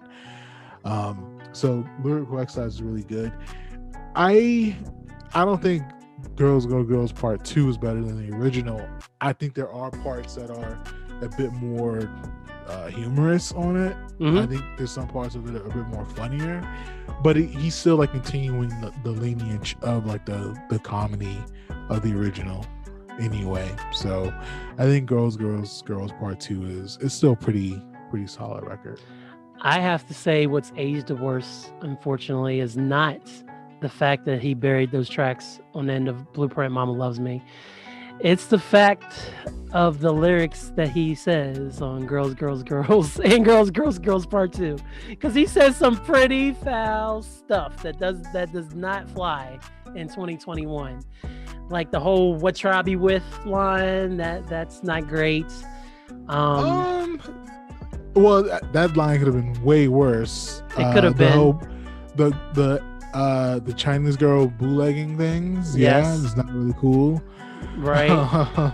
Girls, Girls, Girls Part 2 isn't as bad, but Girls, Girls, Girls 1 definitely has a couple suspect lines. I mean, he definitely throws some things out there that when he's describing the women that don't hold up that well. Yeah. Jigga Man, why you treating like animal? Like, excuse me, Miss Foo. I remember in high school, people were definitely saying that. Just be dickheads. So you was dead, broken, naked. Now you want half. I got this chick after 10 million sold. Yeah, man. Oh man, like that line's not that bad. Narcolepsy's funny, I guess. If you say so, Colin. If you say so.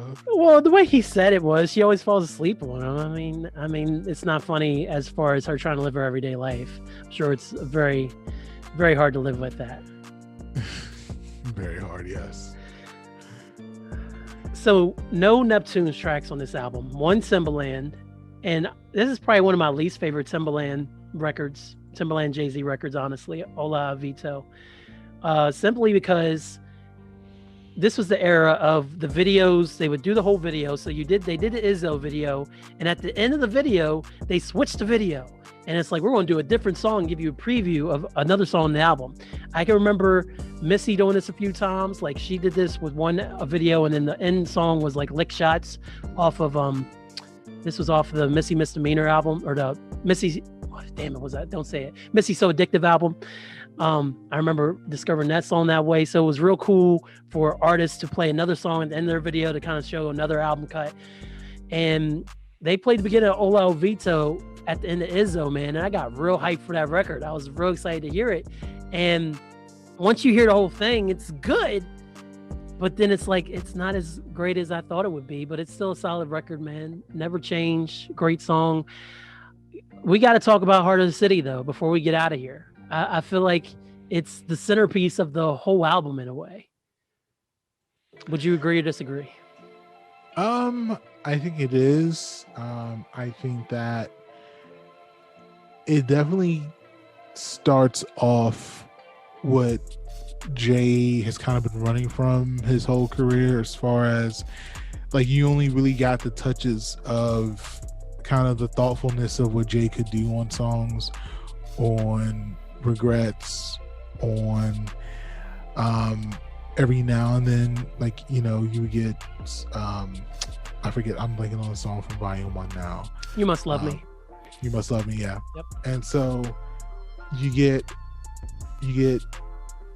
Heart of the City, then you Never Change, and you get Song Cry, which Never Change isn't necessarily that kind of introspective. It's still pretty braggadocious, but you get Heart of the City and then Song Cry, which is Song Cry is like I think a lot of women, especially in the high school that I went to, especially like young girls who were my friends at the time, and even after that, like I know, like even girls from New York, like I know a lot of girls that say Song Cry is their favorite Jay song. But that was a song that really touched a lot of women in that kind of time, in that era. But I think of that album in totality, I think Heart of the City really kind of stuck the landing in that way. And I do think that it is the, you know, Jigga Held You Down, 6 Summers, Damn, Where's the Love? Like, I still remember that being kind of like, you know, he has been around for a long time. And honestly, like, even that kind of bar, like, I do think that it was a response to just the popularity that seemingly these other New York rappers were getting, but they were still leapfrogging Jay. And so it's kind of like, this is a time when DMX is hotter than Jay. We're actually on the cusp of, and maybe actually a little bit at the same time, but like Ja Rule becoming like I was getting ready to elevated. M was bigger than Jay. Ja was bigger than Jay. We're right around the corner from 50 Cent being the biggest rapper in the game. 2 years. So it's like, actually not even, because Get Rich or Die Trying was next year, wasn't it? It was in 03. So it was 03? Yeah. The mixtape started in 02. And then Get Rich came out in February of 03. Okay. I can remember that.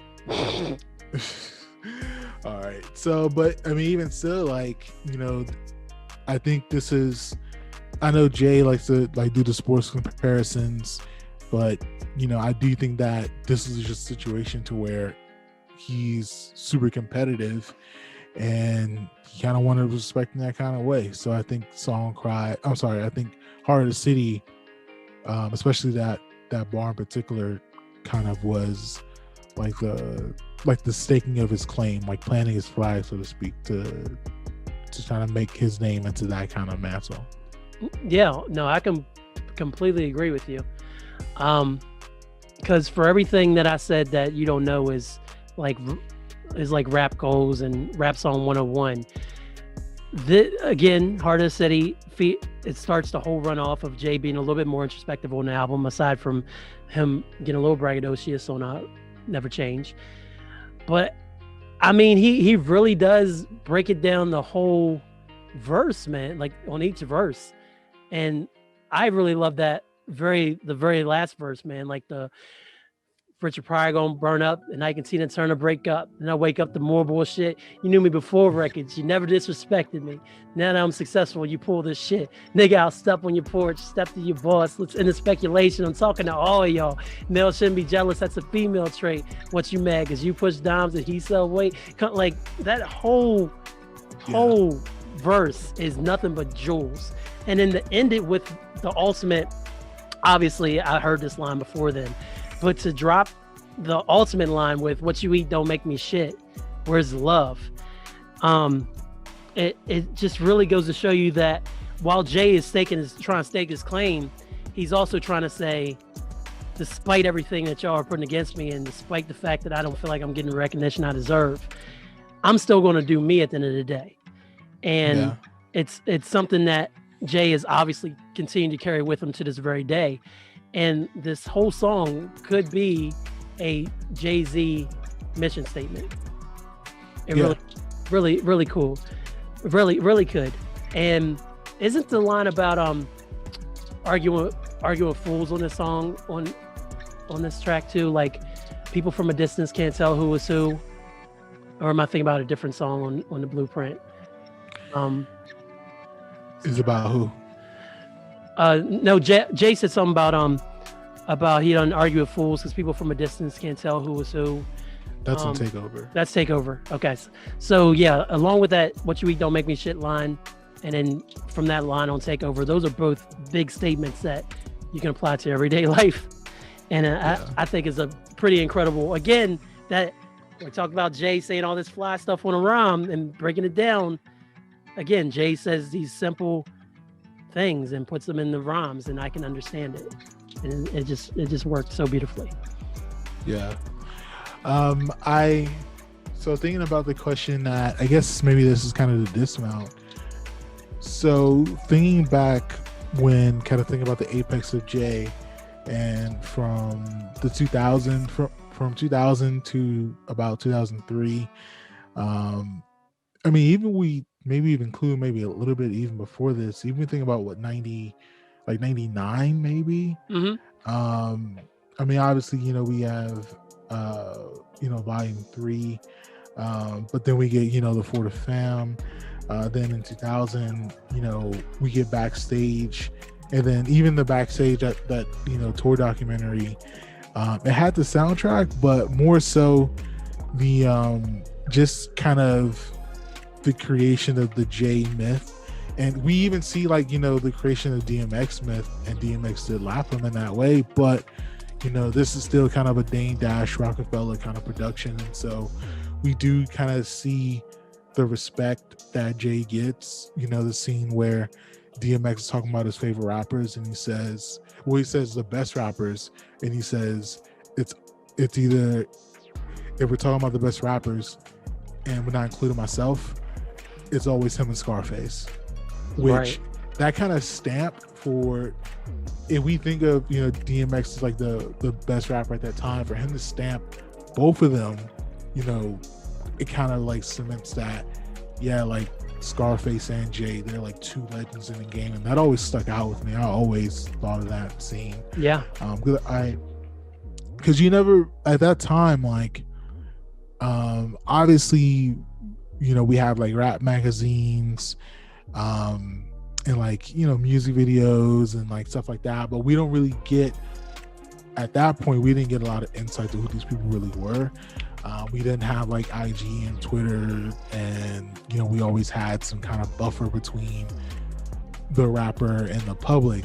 But for DMX to kind of get that personal talking for rap, just from a rap fan's perspective, I thought that always stood out with me. And then everyone else kind of talking about Jay and like how important he was to kind of Rockefeller and to New York at that time. I always thought it was kind of a really kind of dope thing.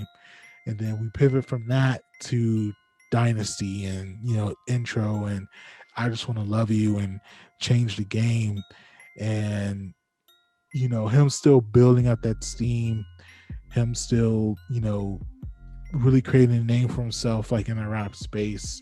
And we talked about upper tier Jay singles.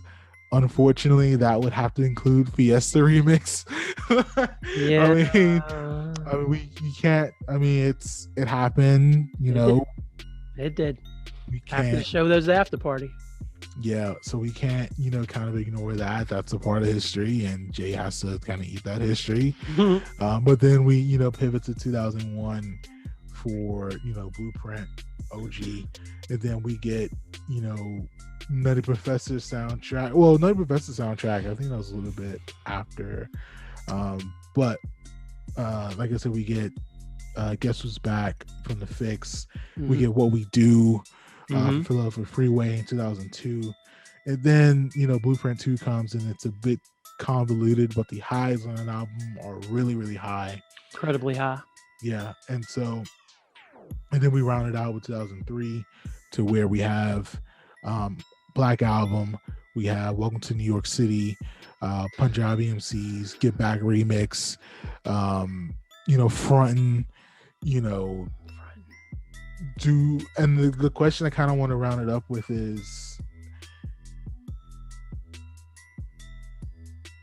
I think I know the answer for me, but do we think that there can be, how many rappers do you think have this kind of 3-year window of just impressiveness? Not necessarily even a commercial sense, like the hit record sense, but how many rappers do you think kind of had this 3-year window of where they're dropping? So basically this 3-year window, if we look at 2000, well, I mean, technically, I guess it's 4 years technically, 2000, 2001, 2002, 2003. If we look at Dynasty, Blueprint 2, then Black Album, and then the other features on top of that, and right, then the building and the creation. Because I would say for you, who would you put in that kind of like realm for that window? Because for me, like, I will put Kanye's run as impressive in that. I'll put the Outkast run as impressive as that. But other than those two, I can't think of any other rapper. I think they're around this time, obviously, you know, I think DMX's run was super high, but it was still shorter. I think of the Lil Wayne run. For me, I wasn't as big as Lil Wayne, but I think a lot of people put Wayne to that conversation. If we think of Dipset and what that movement was, like, that was definitely a movement, but their run was not as deep as those other rappers, even though it was still like a fun era and a fun time in that moment. But who would you kind of say kind of has that kind of window, that 3-year window of just like super impressiveness? Well, I don't disagree with you. Big kind of had it a little bit, but I feel like people caught on to too short though. It was pretty short. Like people caught on to Ready to Die like more like around 95ish, and then he was gone by 97. Pac, of course, went to prison, and then he came back out, and then he was gone within 9 months. So again, that hurts him a little bit. Wayne, I love mixtape era Wayne, but I can't compare that because Wayne again had a massive amount of output. He had way more output than Jay had in this era, and that is more of quantity beating quality. Yeah. M never really had it because I'd say peak Eminem would have been from 2000 up until 2003, but then he messed around, dropped the Encore, and lost a lot of credibility there. So bad. Nas never consistently had a run like that. Maybe the run up to It Was Written, but I mean that he only had one album right there. He only had Illmatic in that time. Pun died too soon. Tribe albums were too few in between. Common always had this. I'm looking at my list of best MCs, so that's why I'm dropping these names out of nowhere. Scarface was pretty consistent, but again, he was on such a smaller scale, and I really don't think he went national until like 97 with it, where people were really paying enough attention to him. Yeah. And even then, he was still being outshined consistently for years. If I had to say anybody who came close, I feel like Busta kind of had a run there from the time his first album dropped in 95 up until he dropped until about 2000, honestly, because I think everything he dropped from the very first album up until from The Coming until Extinction Level Event in 99, I think all of those albums worked really well. But then in 2000 is when he dropped the Anarchy album, and that was kind of where he fell off. I think he was very consistent in that era. So I'll say Busta maybe had a run, because I really feel like everything he was touching was really great then. I think Busta's career is interesting because I think people more focus on the singles, and I think people who listen to his albums are like really impressed with his albums, but I don't think, for whatever reason, I don't think his albums is translated over into those conversations. Like, I think if we think of any, like, I remember I had one boy who went to WVU, and his favorite two rappers were Ludacris and Busta Rhymes. And on the surface, if you kind of think about that, you would say that's kind of goofy as hell.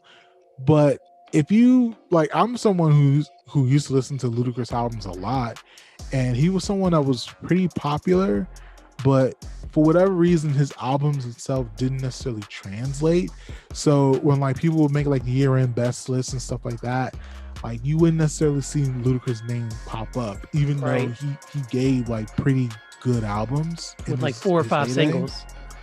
Yeah, and so I think Busta Rhymes is kind of on that same kind of wavelength. Like I think Busta Rhymes has been a part of the culture for so long that for some, like even for someone like Fat Joe, he has hit records, but people don't talk about Fat Joe albums. Like they just don't. But I think for Busta Rhymes fans, I think those fans of his, like they really fuck with his album pretty heavy. And so I think for a person who doesn't listen to Busta Rhymes albums, kind of comparing it to Jay's run, they will probably be like, you know, nah.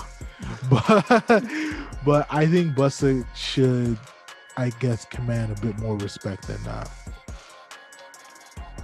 And then just the only other name on this list that maybe makes sense as far as a run, like T.I. maybe, but again, he just was getting in so much trouble, especially like in between the like from the time the King album dropped, like up until the time he dropped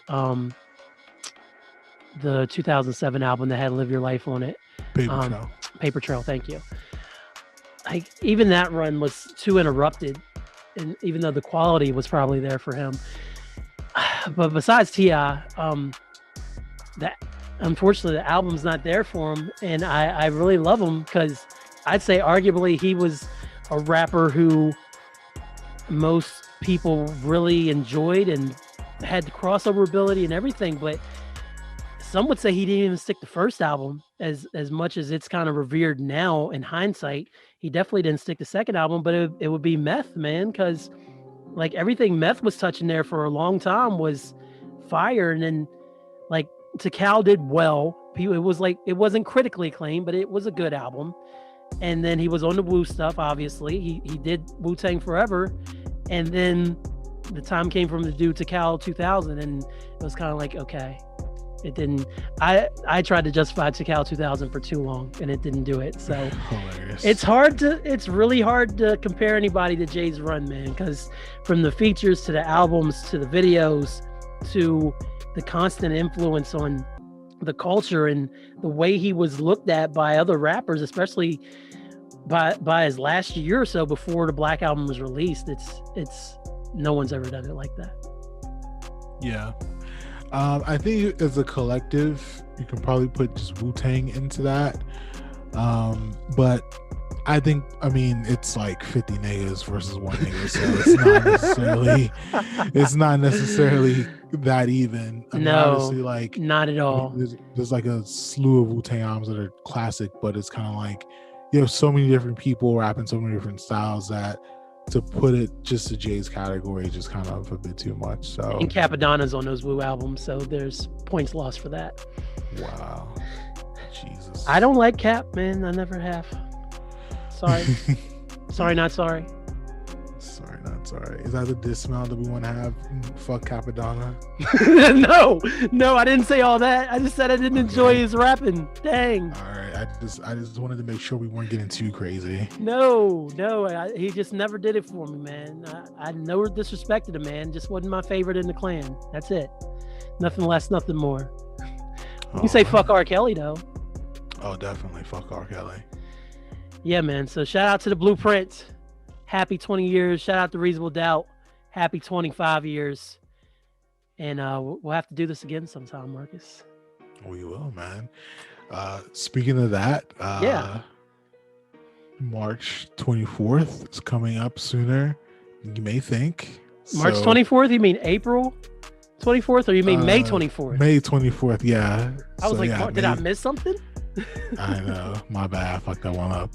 But May 24th, I feel comfortable with announcing it on this platform as well. So we're going to do a bit of collaboration, more collaborations with not only myself and Kellen, but with Kit Kat Chinetti. Kat Chinetti, who is the other half of We Should Do This Again Sometime. We're going to collaborate on a mini podcast series for Sex in the City. Yes, so, we are. We are. So we're going to do, the plan is to do about a 5-episode run, but more on that when that comes. But That'll be dropping the end of May. Yes, I sir. got my months right. So Yeah. So be on the lookout for that, guys.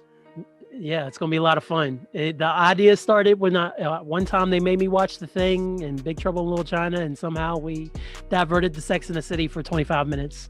And you can hear that on the deleted scenes episode I'm on of We Should Do This Again Sometime with Kat and Mark. So go check that out, everybody. Yeah, definitely. But that's Marcus. I'm Kellen Conley. This has been the Barack Obama Approved World's Greatest Podcast, Hyphen Nation.